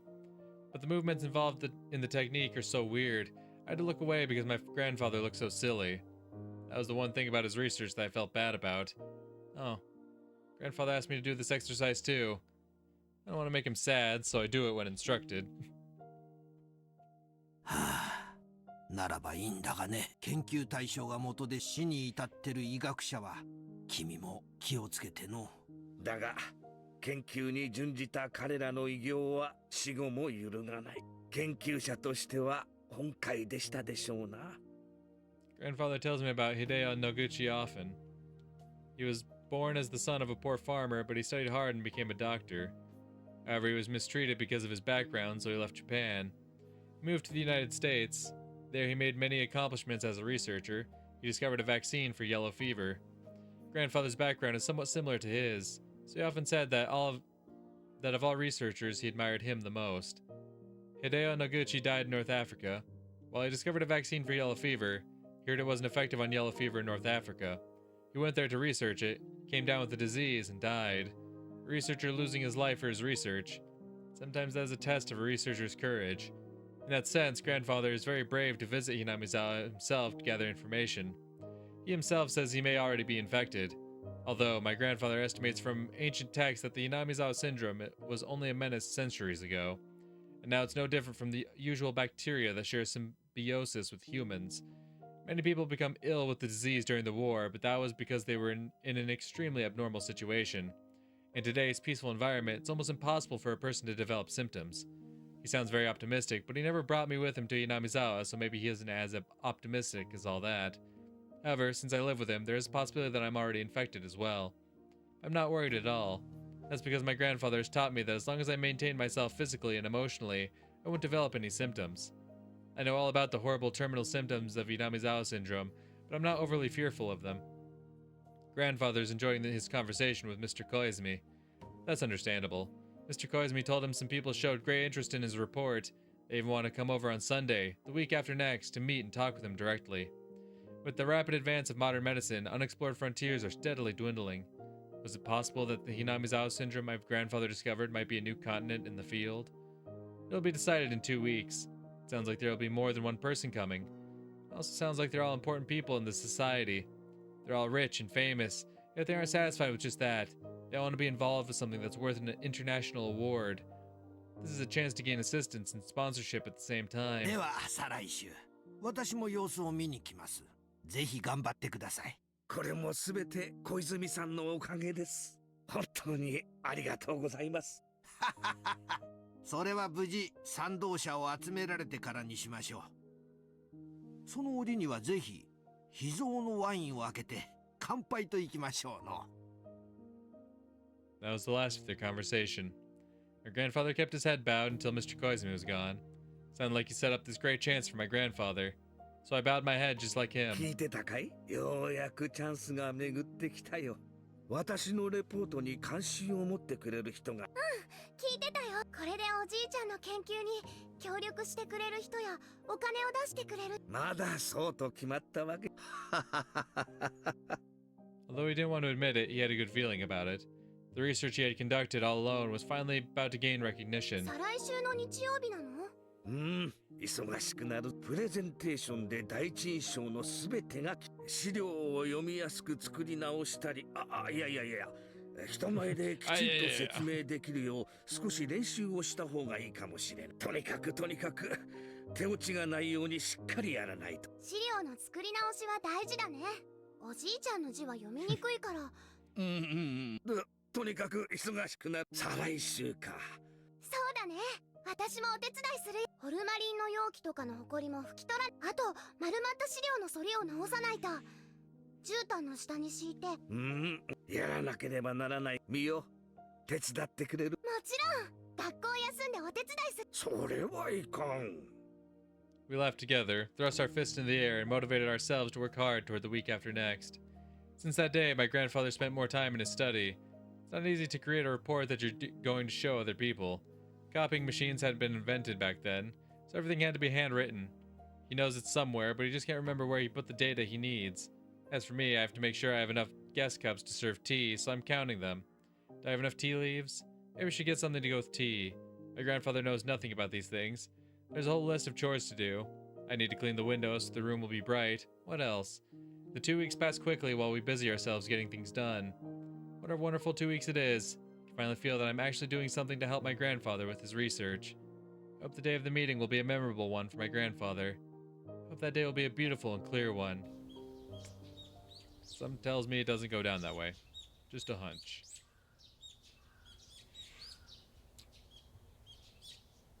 Unfortunately, this is where I'm going to have to wrap it up here for today. So I kind of expected this chapter would go into more of Takano's backstory, because I feel like that's pretty much the only thing that hasn't been really shown to us, right? As like one of the few things we really don't know about. Now that we know Takano's, involvement in everything in the grand scheme in 1983, the only thing really to explore is how Takano got to that point. And like it's definitely been interesting, but I don't know, like 3 hours have gone by and I'm still just like, okay, I know more about this woman. I don't understand how she gets to that point though. Like, okay, I get how we got to the clinic being set up. All right, I see how we got to that point, but like, what was the turning point? What was the turning? Because like like I keep saying, the more they keep adding on about how much she adored her grandfather, about how much she felt indebted to her grandfather from saving her from the orphanage, about how much she wanted to make sure his research was recognized, that his name would go down in history for his great accomplishments and all this. And then I look at what happens in the end in 1983, and I'm like, I feel like that's the exact opposite of what you were truly trying to achieve. Like, yeah, I know, you ascended to godhood, or at least whatever you believed you did, but like, I feel like there's definitely got to be a turning point in there somewhere. And it's not just his death, because even as she's setting up like all the things for the clinic in Hinamizawa, it seems like she's still like, determined to, make grand accomplishments with her grandfather's work and have his name be recognized. She still feel it's less on her and more out of obligation to her grandfather. So, and maybe it starts with the dam incident, maybe that, and like the start of the whole mysterious deaths, the string of mysterious deaths. Maybe something in there like causes a turn. I don't know, but there's got to be something. Because as of right now, I feel like there's a massive gap between the Takano who started the Institute and the Takano who, kills off the village. There's a large gap there that you can give me all this backstory, but like, it only widens the gap of like, there's got to be something. There's something very big that happened in between there. But like I said, I am going to wrap this one up here for today. So thank you to everyone watching. Hope you enjoyed it, and hopefully I'll see y'all in the next one. Until then, peace.